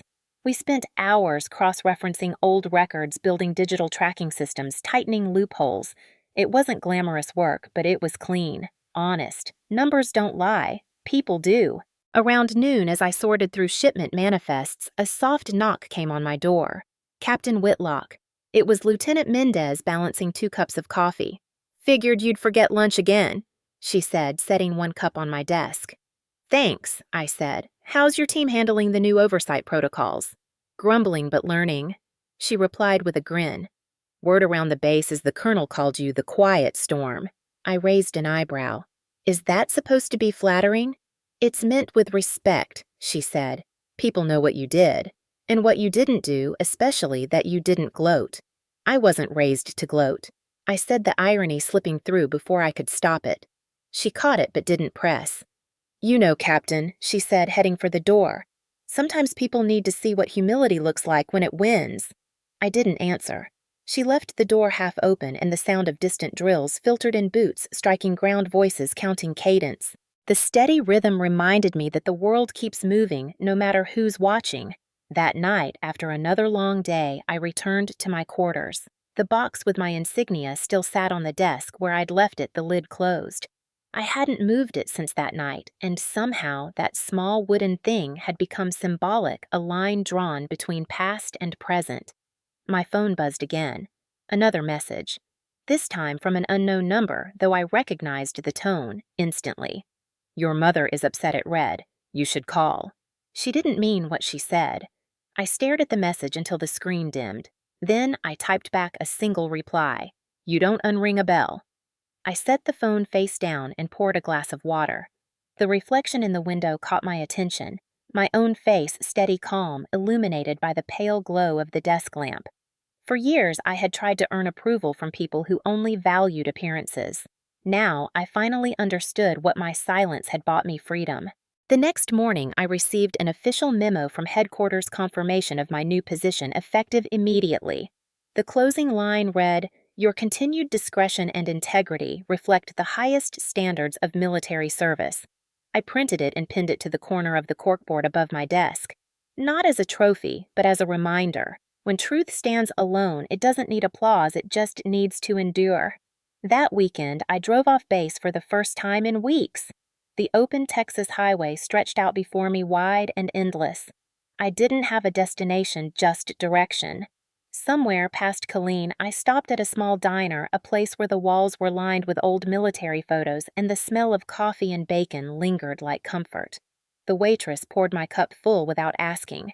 "You look like you've seen a battle," she said with a knowing smile. "Something like that," I replied. Well, she said, topping off the cup, the quiet ones always win it in the end. Her words caught me off guard. I laughed softly. Maybe that's what this was all about. Winning quietly. The drive back felt different. The roads looked the same, but the horizon had opened wider. When I reached my quarters that evening, the sun had already set and the air was cold and still. I turned on the small lamp, casting a golden circle across the desk. The insignia box waited. I opened it again, the silver bars gleaming faintly. For a moment, I considered pinning them back on, but then I realized I didn't need to. They weren't symbols of validation anymore, they were milestones. Proof of endurance, not acceptance. I closed the lid and placed it back in the drawer. As I did, I noticed something. My hand wasn't trembling anymore. Later that night, another text arrived, this time from my mother. "Dana, we love you. Please don't shut us out." Your father didn't mean what he said. I read it twice. Then, for the first time, I didn't feel anger. I felt distance, the kind of emotional distance that isn't cruel, just final. I typed back 3 words. "Take care, Mom." And nothing else. The next morning, the first rays of light broke over Fort Hood, painting the barracks in gold. I stood by the window with a cup of coffee, watching the flag rise slowly up the mast. The air was sharp and clean.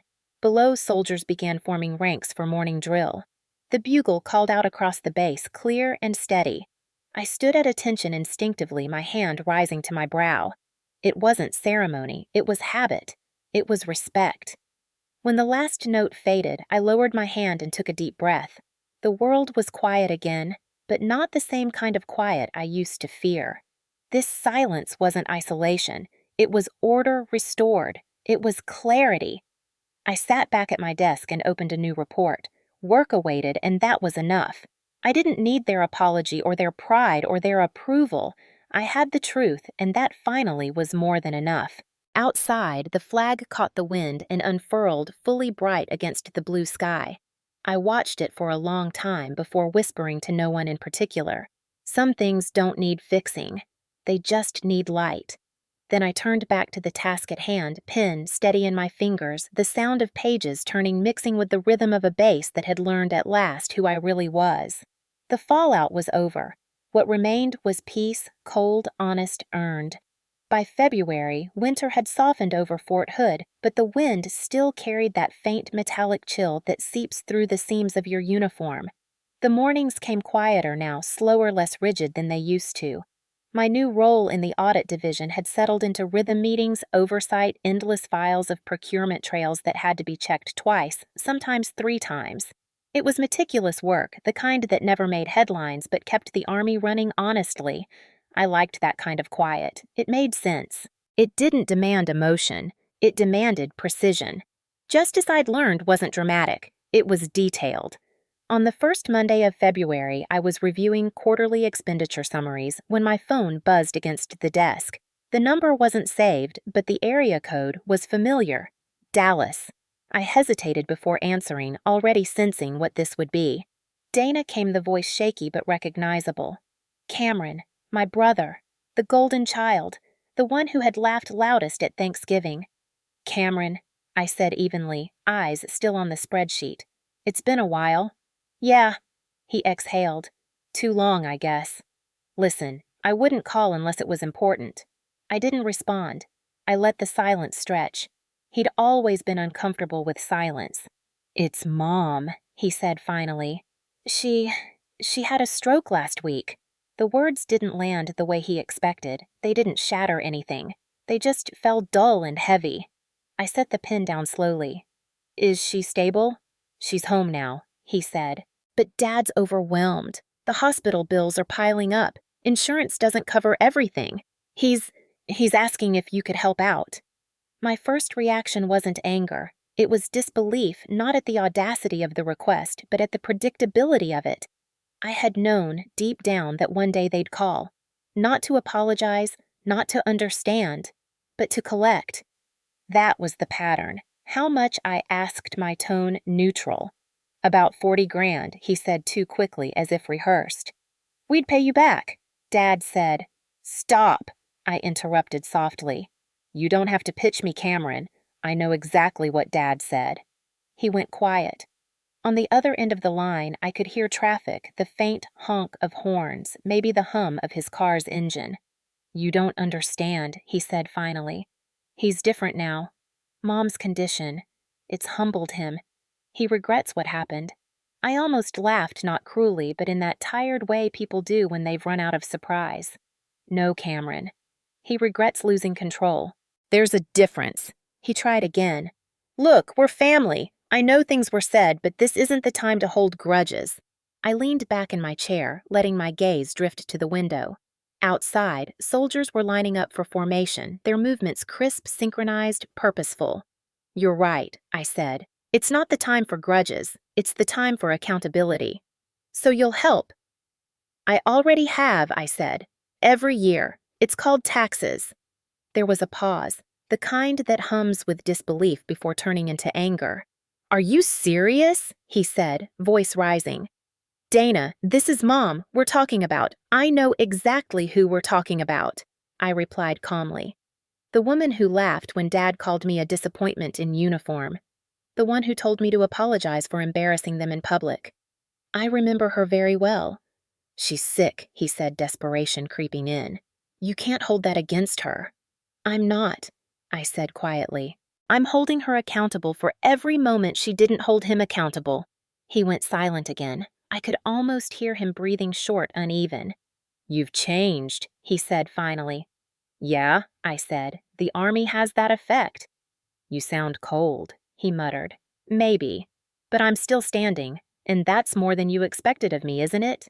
He didn't answer. The line filled with static for a moment before he spoke again, his voice smaller now. "Dad's not taking this well. He said, if you'd just call him maybe—" "No," I cut him off. "I'm done making calls that go one way." "So that's it?" he asked. "You're just going to ignore them?" "I'm not ignoring them," I said. "I'm just done saving people who never learned how to stand on their own." His breath caught, and I knew the conversation was ending. He wanted to fight, but the version of me he was speaking to wasn't the sister he could manipulate anymore. I glanced at the wall clock, 14 under 20 hours. "I have work to do," I said finally. "Tell Mom I hope she recovers. Tell Dad I hope he learns something from it. And me?" he asked, almost whispering. "What do you want me to tell myself? That consequences don't need revenge," I said. "They happen all by themselves." I ended the call before he could respond. The silence that followed was deep, steady. Not empty, just quiet. I set the phone face down on the desk and stared at the reports in front of me, but the numbers had blurred. I stood needing air and walked outside. The afternoon sun hung low, turning the asphalt into gold. Across the courtyard stood the Memorial Plaza, a long granite wall engraved with the names of fallen soldiers. I hadn't visited in months. My boots echoed softly as I approached, each step measured. The wall shimmered faintly in the sunlight, names carved in clean, even rows. I found the one I was looking for halfway down the left panel. Captain Morales, Aaron J. I ran my fingers across the engraving. The surface was cool, smooth, unyielding.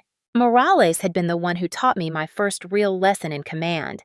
He used to say, "Control isn't about shouting louder than the chaos. It's about knowing when to let it burn without letting it touch you." He'd died 2 years ago in a supply route explosion overseas, a route that had been compromised by the same corruption I later uncovered. I closed my eyes, hearing his voice in memory. Sometimes silence isn't surrender, it's precision. The irony wasn't lost on me. For years, I'd mistaken restraint for fear, compliance for peace.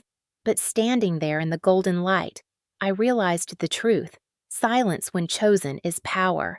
I stayed there until the sun dipped below the horizon and the names on the wall faded into shadow. Then I saluted the gesture small private meant for one person who would never see it. "I used to think silence meant weakness," I whispered. "Now I know it means control." The next morning, the air at Fort Hood felt different, heavier somehow, as if the sky itself had absorbed the echoes of the call I'd ended the day before. My phone hadn't rung again. Cameron's silence was its own confirmation that the message had landed where it needed to. People like my father and brother didn't understand boundaries until they crashed into them. For the first time in years, I didn't feel guilty for hanging up. I felt whole. Still, the ghosts of old habits lingered. Guilt isn't something you erase, it's something you retrain. You teach it where it no longer belongs. I arrived at the office early long before sunrise. The corridors were quiet, only the faint hum of fluorescent lights above and the smell of coffee brewing in the common area. I liked this hour when the base hadn't yet begun to move, when everything felt clean and unspoken. Sitting at my desk, I opened a new file, quarterly inventory checks for Fort Sill.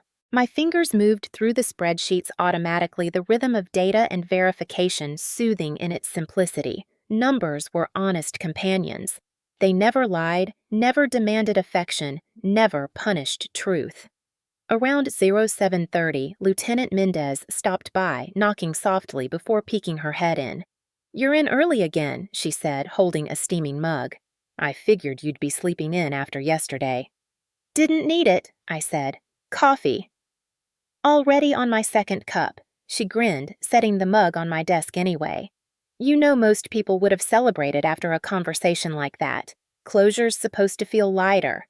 "Closure isn't light," I said. "It's just clean." She leaned against the doorframe. "You really aren't going to call them back?" "No," I said simply. "They called when they wanted something. They always do." I answered once. "That's enough." "What if it's serious?" she asked, softer now. "What if your mom's really bad?" I looked up at her, my tone even. "Then my father can finally learn what it means to take responsibility for something that isn't me." She nodded slowly, understanding more than she said. "You ever think about forgiving them?" "Forgiveness isn't the same as access," I replied. "They can have one, but not the other." She smiled faintly. "That sounds like something Ross would say." "He'd say it louder," I said, earning a laugh. "Go on, Lieutenant. You've got a briefing at 0900. She saluted half playfully and disappeared down the hall. I turned back to the monitor, but my focus drifted. The memory of Cameron's voice replayed not the words themselves, but the tone. That pleading edge I'd never heard from him before. It didn't sound like remorse. It sounded like someone watching his reflection crack for the first time. It wasn't satisfaction I felt, it was inevitability. This was the natural end to imbalance. The ones who mocked the weight of accountability always collapse under it. Around midday, I took a walk outside. The sky had cleared completely, a hard blue stretching to the horizon. I passed the motor pool, the cafeteria, the small memorial plaza I'd visited the night before. The flags stood tall, their shadows sharp against the pavement. Every few steps, I caught snippets of conversation laughter from a maintenance crew, the barked commands of a drill sergeant, the steady hum of a base that never really rests. The world keeps going. That's what the Army teaches you, and what family never quite understands. People move on because they have to. I circled the parade field and stopped again at the memorial wall. The late morning sun made the engraved names shimmer faintly. Each one was carved into permanence, proof that existence doesn't end just because attention shifts. I found Morales's name again and placed my hand over it, feeling the warmth of the stone. "You'd laugh at me, wouldn't you?" I said under my breath. "Took me 32 years to figure out I didn't need their permission to breathe." The wind moved through the flags like a low sigh. I stayed there longer than I meant to, long enough for the shadow of the flagpole to creep across the grass. When I finally turned back toward the main building, my phone buzzed again. Unknown number.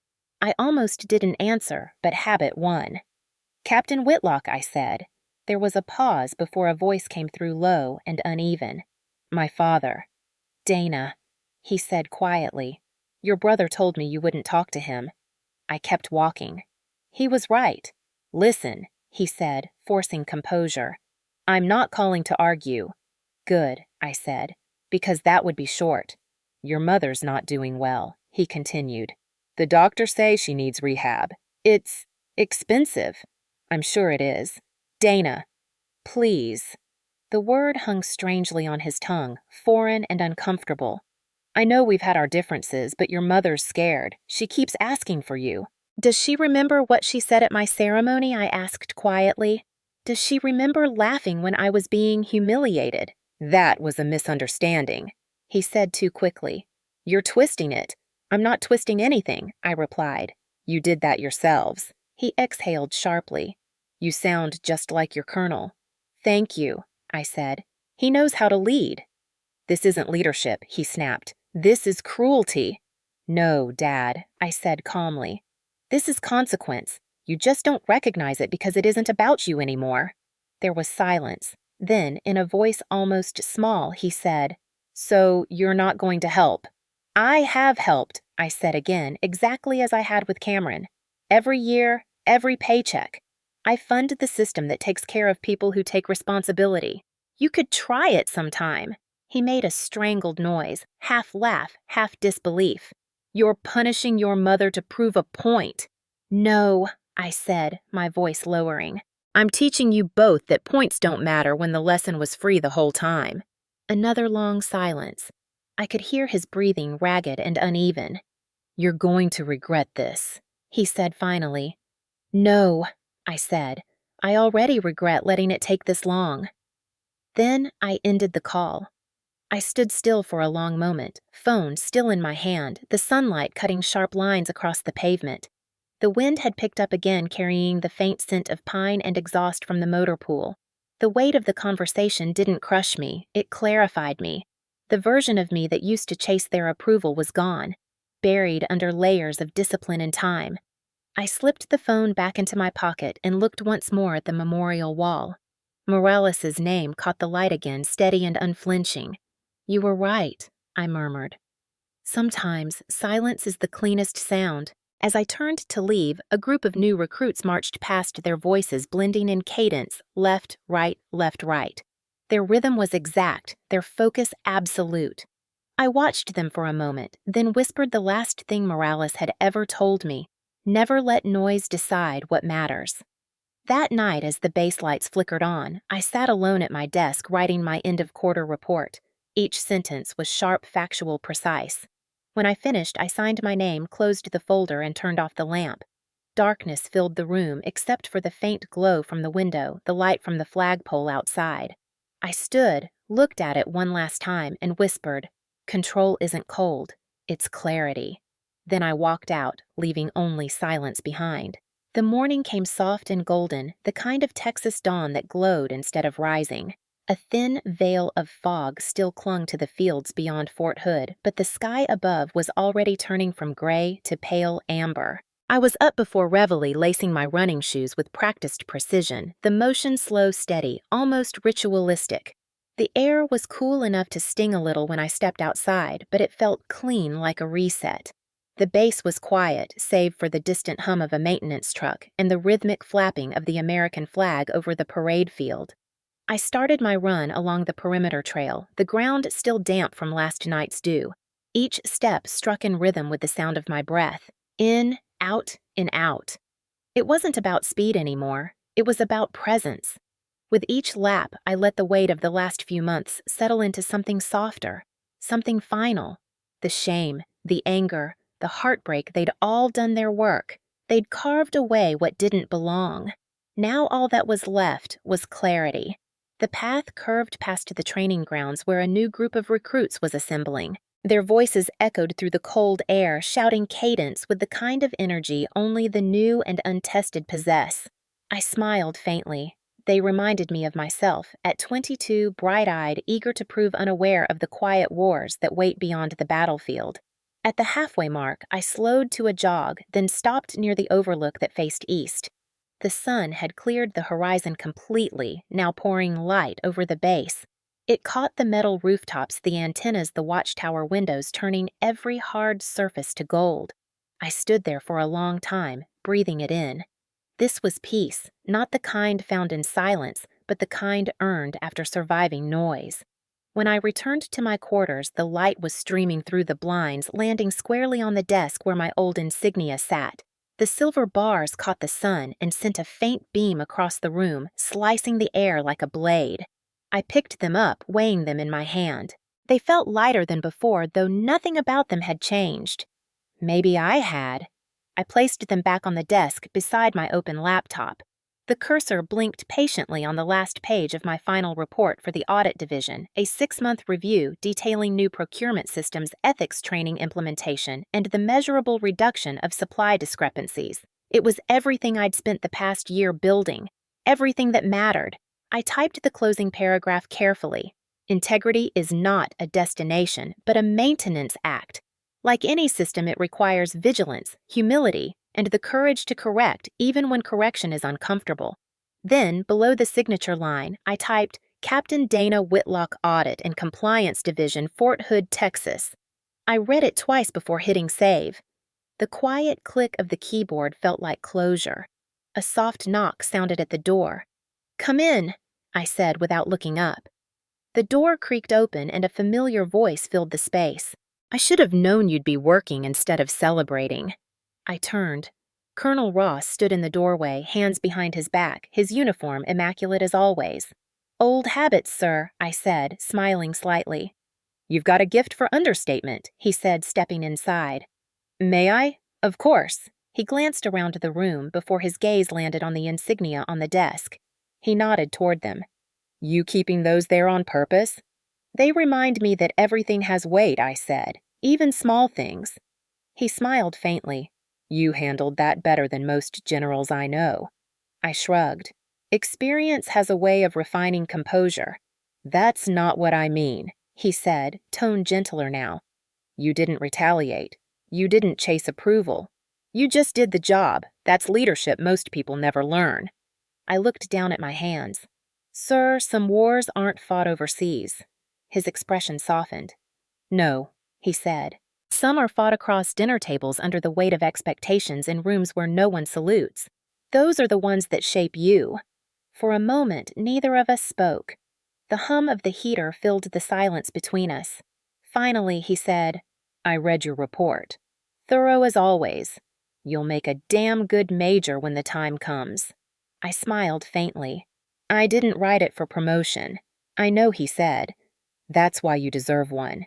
He reached into his coat pocket and placed a small folder on the desk.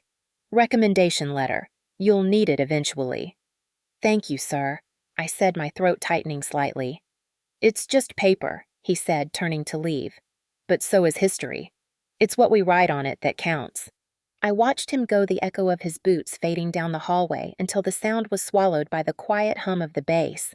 For a long moment, I just sat there staring at the door.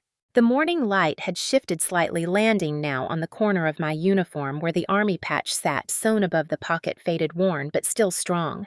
I traced it with my thumb, then closed the laptop and pushed back from the desk. Outside, the base had fully woken. Trucks rumbled past, soldiers moved in formation, the cadence of discipline filling the air like music. I stepped out into it, letting the sound wrap around me. Each shout, each footfall, each salute. It all belonged to something bigger, something enduring. I wasn't running from the past anymore. I was part of something moving forward. The afternoon light spilled across the base like liquid gold, soft and forgiving, draping over every corner of Fort Hood as if the world had decided for once to exhale. My last report was filed, the inbox cleared, and the day stretched ahead in quiet contentment.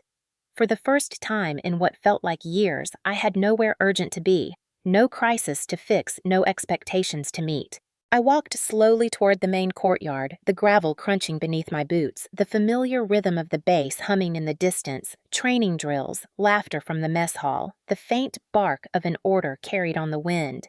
Every sound felt alive. Every breath felt earned. As I passed the administration building, I saw the flag at full height catching the breeze with that effortless grace only fabric can manage when it's anchored by purpose. I stopped and watched it for a moment. The light caught its edges and the stars shimmered faintly against the blue. That flag had hung above me on every hard day, in every moment of doubt through storms both literal and emotional. It had watched me fall and rise again, and now as the wind lifted it higher, I realized I didn't need anyone's acknowledgement anymore. Respect wasn't something you demanded. It was something you carried quietly like a medal no one could take. My thoughts drifted to the people who had been part of the last year's storm. My parents somewhere in Dallas pretending they hadn't been the subject of whispered conversations at their country club.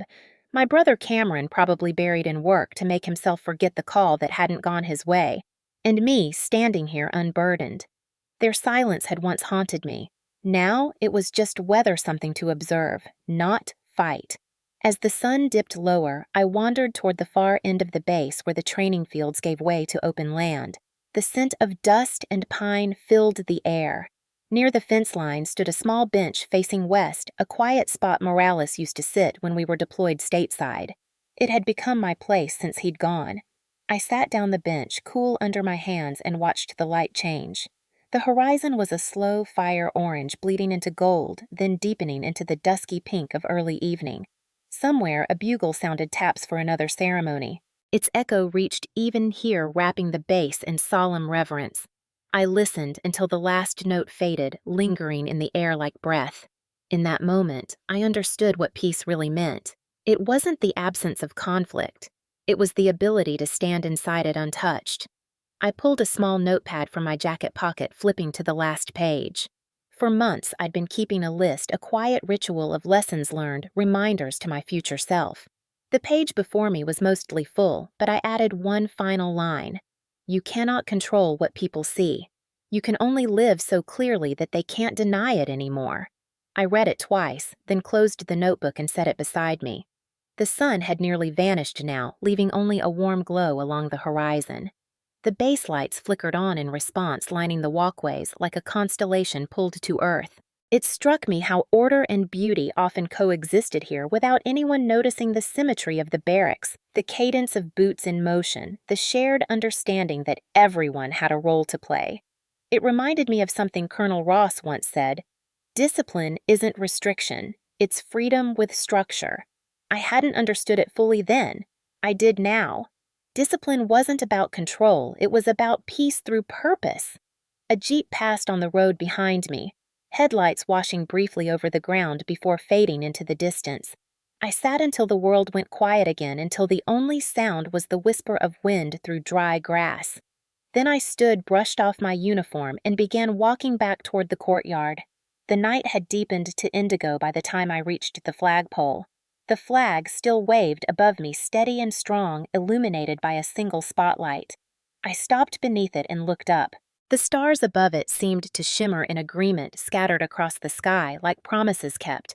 I brought my hand up in a slow, deliberate salute. The gesture wasn't for the army or for appearances or even for the uniform.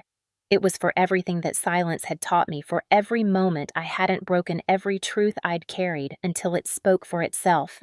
My voice, calm and low, broke the stillness. "Sometimes justice doesn't shout," I said quietly. "Sometimes it just salutes quietly and walks away." I held the salute for another heartbeat, then lowered my hand, exhaling slowly.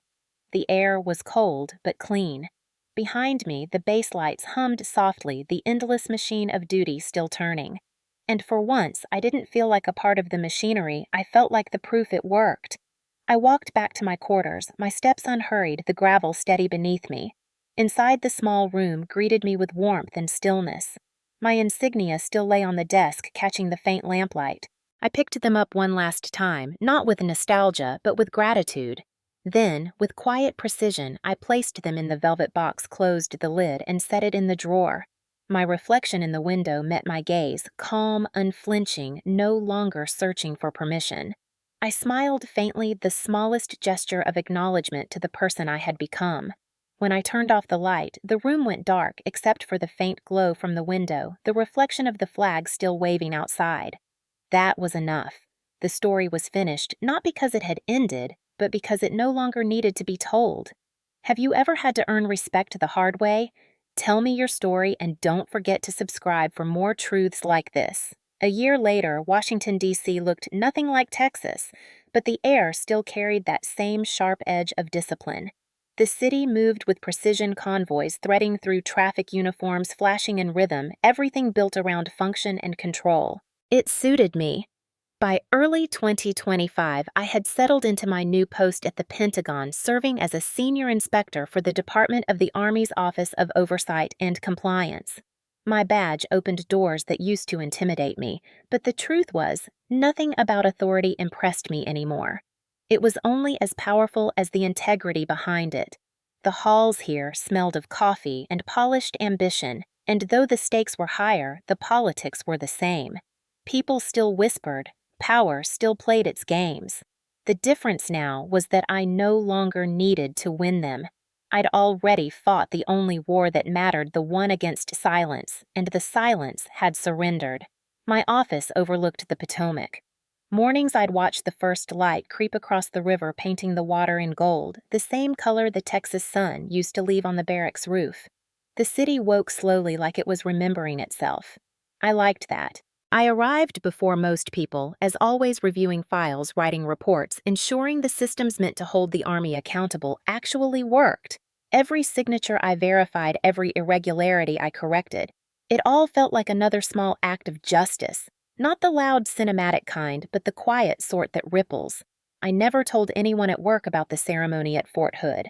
Some had heard whispers of it, of course. A colonel publicly correcting a family's cruelty had a way of traveling through the grapevine, but I never confirmed or denied it. The truth didn't need my defense anymore. It had already done its work. One Tuesday morning, as I was reviewing a new case involving logistics oversight, the clerk knocked gently and handed me an envelope. It was cream-colored, hand-addressed, no return label, the ink slightly smudged, as if someone's hands had trembled while writing. "Came through the central desk, ma'am," the clerk said. "Looks personal." "Thank you," I said, setting it aside. Hours passed before I finally reached for it. The handwriting was unmistakable, looped, elegant, practiced. My mother's.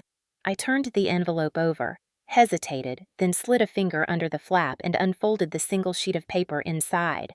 The first line was simple. "Dana, I finally watched your ceremony on YouTube." I cried. I stared at those words longer than I meant to. Below them, the letter continued, the tone wavering between remorse and justification. "Your father and I didn't understand how much you'd achieved. We were proud, but we never knew how to say it. Seeing the colonel defend you, it made me realize what we cost you. I'm sorry. I was wrong. There were no details, no explanations that mattered. Just an apology suspended between truth and habit." She signed it "Love, Mom," 2 words that used to carry the weight of the world. I sat there for a long time, the paper trembling slightly between my fingers. I wanted to feel something: anger, sadness, even forgiveness, but what came instead was a quiet recognition. This was closure trying to arrive a year too late. I folded the letter carefully, smoothing out the creases, and slipped it into the top drawer of my desk. Not in the trash, not on display. Just placed away like an artifact, something that once meant everything, now filed under "no longer necessary." Outside, the faint hum of jets passing over the city filled the silence. I turned toward the window. The Pentagon's courtyard was spread below a perfect circle of order, and beyond it the flag waved in the steady DC wind. My reflection caught in the glass, older, now calmer.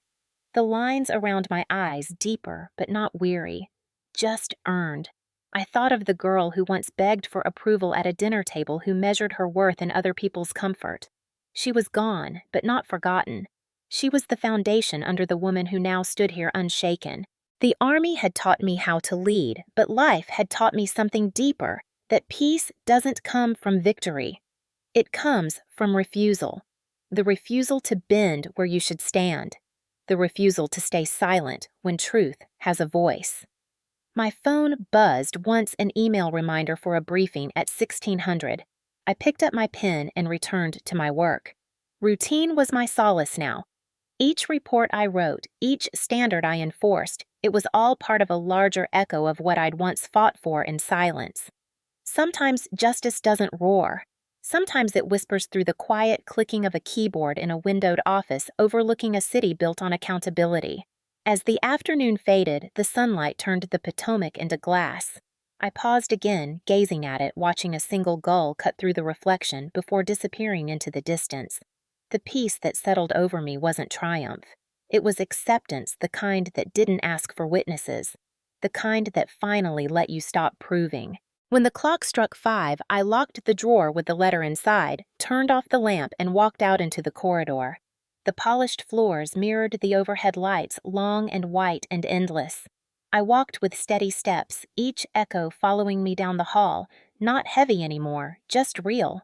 The winter evening in Washington arrived early, as it always did.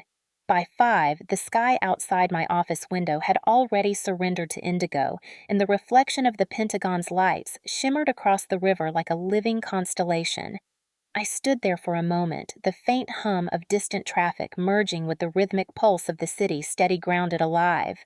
My hand rested lightly against the cold glass as I looked out over the Capitol, and somewhere in that maze of movement and light, I thought of the version of myself who once stared into darkness from a parked car in Texas, unsure if she would ever be enough. That woman had fought invisible wars not with weapons, but with silence, endurance, and principle. Now she lived here, not victorious, not celebrated, but free. I turned away from the window and walked to the small bookshelf in my office. The top shelf held the commendation plaque from Fort Hood, the one Colonel Ross had mailed to me a few months after the ceremony. Beneath the brass lettering was a single line: "Excellence is quiet integrity under fire." I had never hung it on the wall. I preferred to keep it here beside the file folders and policy binders. It reminded me that recognition wasn't the goal. Doing the right thing was. I reached for it now, tracing the engraved letters with my thumb. The metal felt cool and solid, a tangible echo of the journey behind it. There was a knock at the door. "Come in," I said, setting the plaque back in its place. Lieutenant Grace Mendez stepped inside, her expression bright as always. She had transferred to D.C. 6 months after me joining the same division. "Ma'am, they've confirmed the audit review for next quarter," she said. "It's your lead again." "Good," I replied. "That's where we make a difference." She smiled. "You know, every time you say that you sound like you're quoting a movie." I laughed quietly. "Maybe I am. Maybe it's just one I've been writing for a while." Grace nodded and hesitated at the door. "You ever miss it, Fort Hood, I mean?" I thought about that for a moment, the smell of gun oil and dust, the cadence calls echoing at dawn, the way the light would hit the flag just before the heat rose. "Sometimes," I said. "Not the noise, just the clarity." She nodded like she understood, and maybe she did.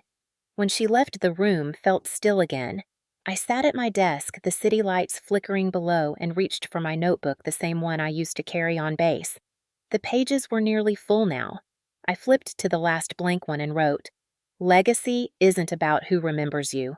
It's about what continues quietly because you didn't give up." I underlined it once, then closed the cover, the faint smell of ink and paper mixing with the recycled air of the office. The world outside was moving fast, but I didn't need to chase it anymore. My peace wasn't in motion. It was in stillness. As I packed my things for the night, I caught sight of the letter again in the drawer, the one from my mother. I hesitated, then took it out, unfolded it once more. The paper had softened with time, the creases beginning to fade. Her words looked smaller now, almost fragile. "I was wrong," she had written. I cried. I traced the ink with my fingertip, feeling neither bitterness nor warmth, just distance. The kind of distance that comes not from miles, but from understanding. I folded it back carefully, then placed it in an envelope marked Archive. It didn't belong to me anymore. It belonged to the story that had already ended. I locked the drawer, turned off the lamp, and stepped into the hallway. The building was quiet now, most of the offices dark. My footsteps echoed softly against the marble floor as I made my way out. The night air outside was cold, crisp, and unfiltered. Across the parking lot, the Pentagon's walls gleamed under floodlights, monumental and unmoving. I paused for a moment, looking up at the flag still flying above the structure. It moved slow and deliberate, like it understood the patience of justice itself. My breath clouded in front of me as I whispered to no one in particular, "Some apologies come too late. But peace doesn't wait for permission." The words didn't sound bitter, only true. I walked toward my car, the cold wind tugging at my coat, and as I opened the door, I glanced once more toward the flag. For the first time in a long time, I didn't feel like the shadow behind someone else's story. I felt like the author of my own. When I drove across the bridge over the Potomac, the reflection of the city lights followed me on the water below, a silent procession of gold and white. Somewhere between the hum of the engine and the rhythm of the tires against the road, I found that quiet place again, the one I used to chase and could never hold. Now it lived in me. By the time I reached my apartment, the world had gone still. I stood by the window, the Capitol dome faintly visible in the distance, and set my phone face down on the counter. No calls, no noise, just the low hum of a city that had learned, like me, that strength wasn't always volume. It was endurance. I poured myself a glass of water, leaned against the counter, and let my thoughts drift not to the past, but to what came next. The next audit, the next decision, the next quiet act of defiance in a world that still confused silence with weakness. Outside, the city lights pulsed softly like a heartbeat. I took a slow sip, then whispered the words that had become both promise and truth. "Justice doesn't always roar," I said. "Sometimes it wears a uniform, fade out. Sometimes justice doesn't roar. Sometimes it salutes, quietly closes a drawer, and walks into the night, knowing the truth no longer needs an audience." That's what peace looks like for me now. But for you, maybe peace still feels like a battle. Maybe you've spent years trying to make someone proud, someone who only ever saw your worth through their own reflection. Maybe you've stayed silent when every instinct in you wanted to speak. And maybe, like me, you've learned that silence isn't weakness. It's the discipline before clarity.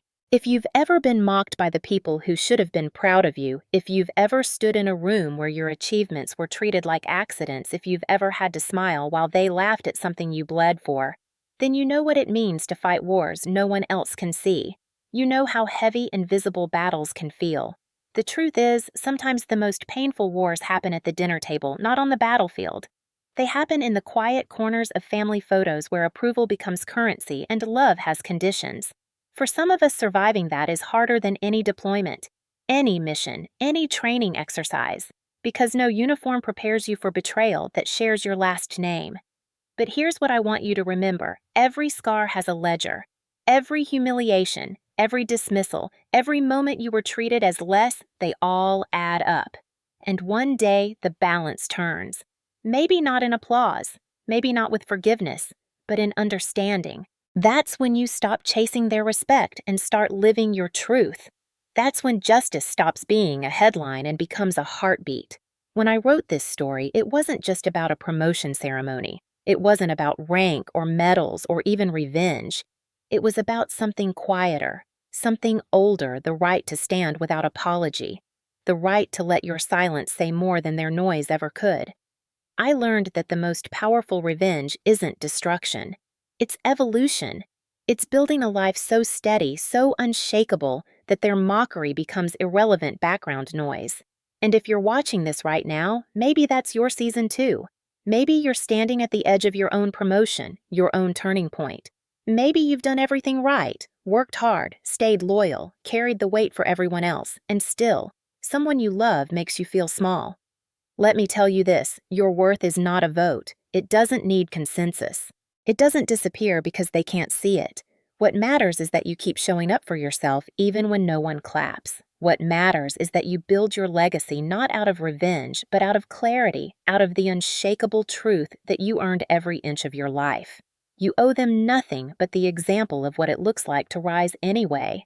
Maybe your story doesn't have medals or ceremonies. Maybe it's surviving a toxic household, walking away from manipulation, saying no when everyone demanded your yes. That's courage too. That's discipline. That's the kind of quiet valor the world rarely sees, but the kind that changes everything. And when the time comes, because it always does when they come back with their, "We were wrong," their, "We didn't mean it," their, "You've made your point." Remember, forgiveness is not the same as access. You can forgive and still close the door. You can wish them peace without reopening your wounds. Sometimes saying nothing is the final word. So if this story spoke to you, if something in it mirrored your own, I want you to take a deep breath right now and ask yourself, what's your uniform? What's the thing you've worn, fought for, earned, and been mocked for? Maybe it's your career, your motherhood, your art, your sobriety, your faith. Whatever it is, don't hide it anymore.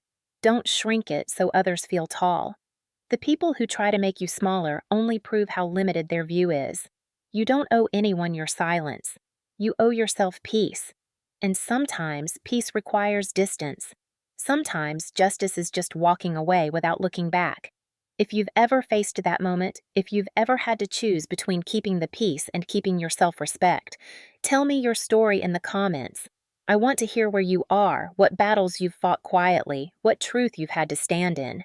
Because someone else out there, maybe halfway across the world, maybe watching this right now, needs to know they're not alone in that silence. Drop your city and time zone because I know so many of you tune in from everywhere. Oklahoma, Florida, Krugersdorp, RSA, London, Manila, Toronto. I want to know where you're watching from tonight because these stories aren't just mine, they're ours. They're proof that no matter where you stand, the language of dignity sounds the same. And if this story made you feel something, anger, pride, relief, maybe even peace, take a second to like this video. It helps more people who need this message find it. Subscribe if you believe that truth doesn't always need to scream to be heard. Because this channel isn't just about revenge, it's about restoration. It's about standing back up after the world tried to fold you. It's about the quiet courage that exists in everyone who's ever said enough. So tell me, have you ever had to earn respect the hard way? Have you ever had to stand alone just to stay whole? Let me know in the comments, and while you're there, drop your state, your flag, your story. Let's fill this space with people who understand that silence isn't surrender, it's strength in its purest form. Because justice doesn't always roar. Sometimes it wears a uniform, and sometimes that uniform is just your own courage pressed and ready standing tall under the weight of everything you've survived.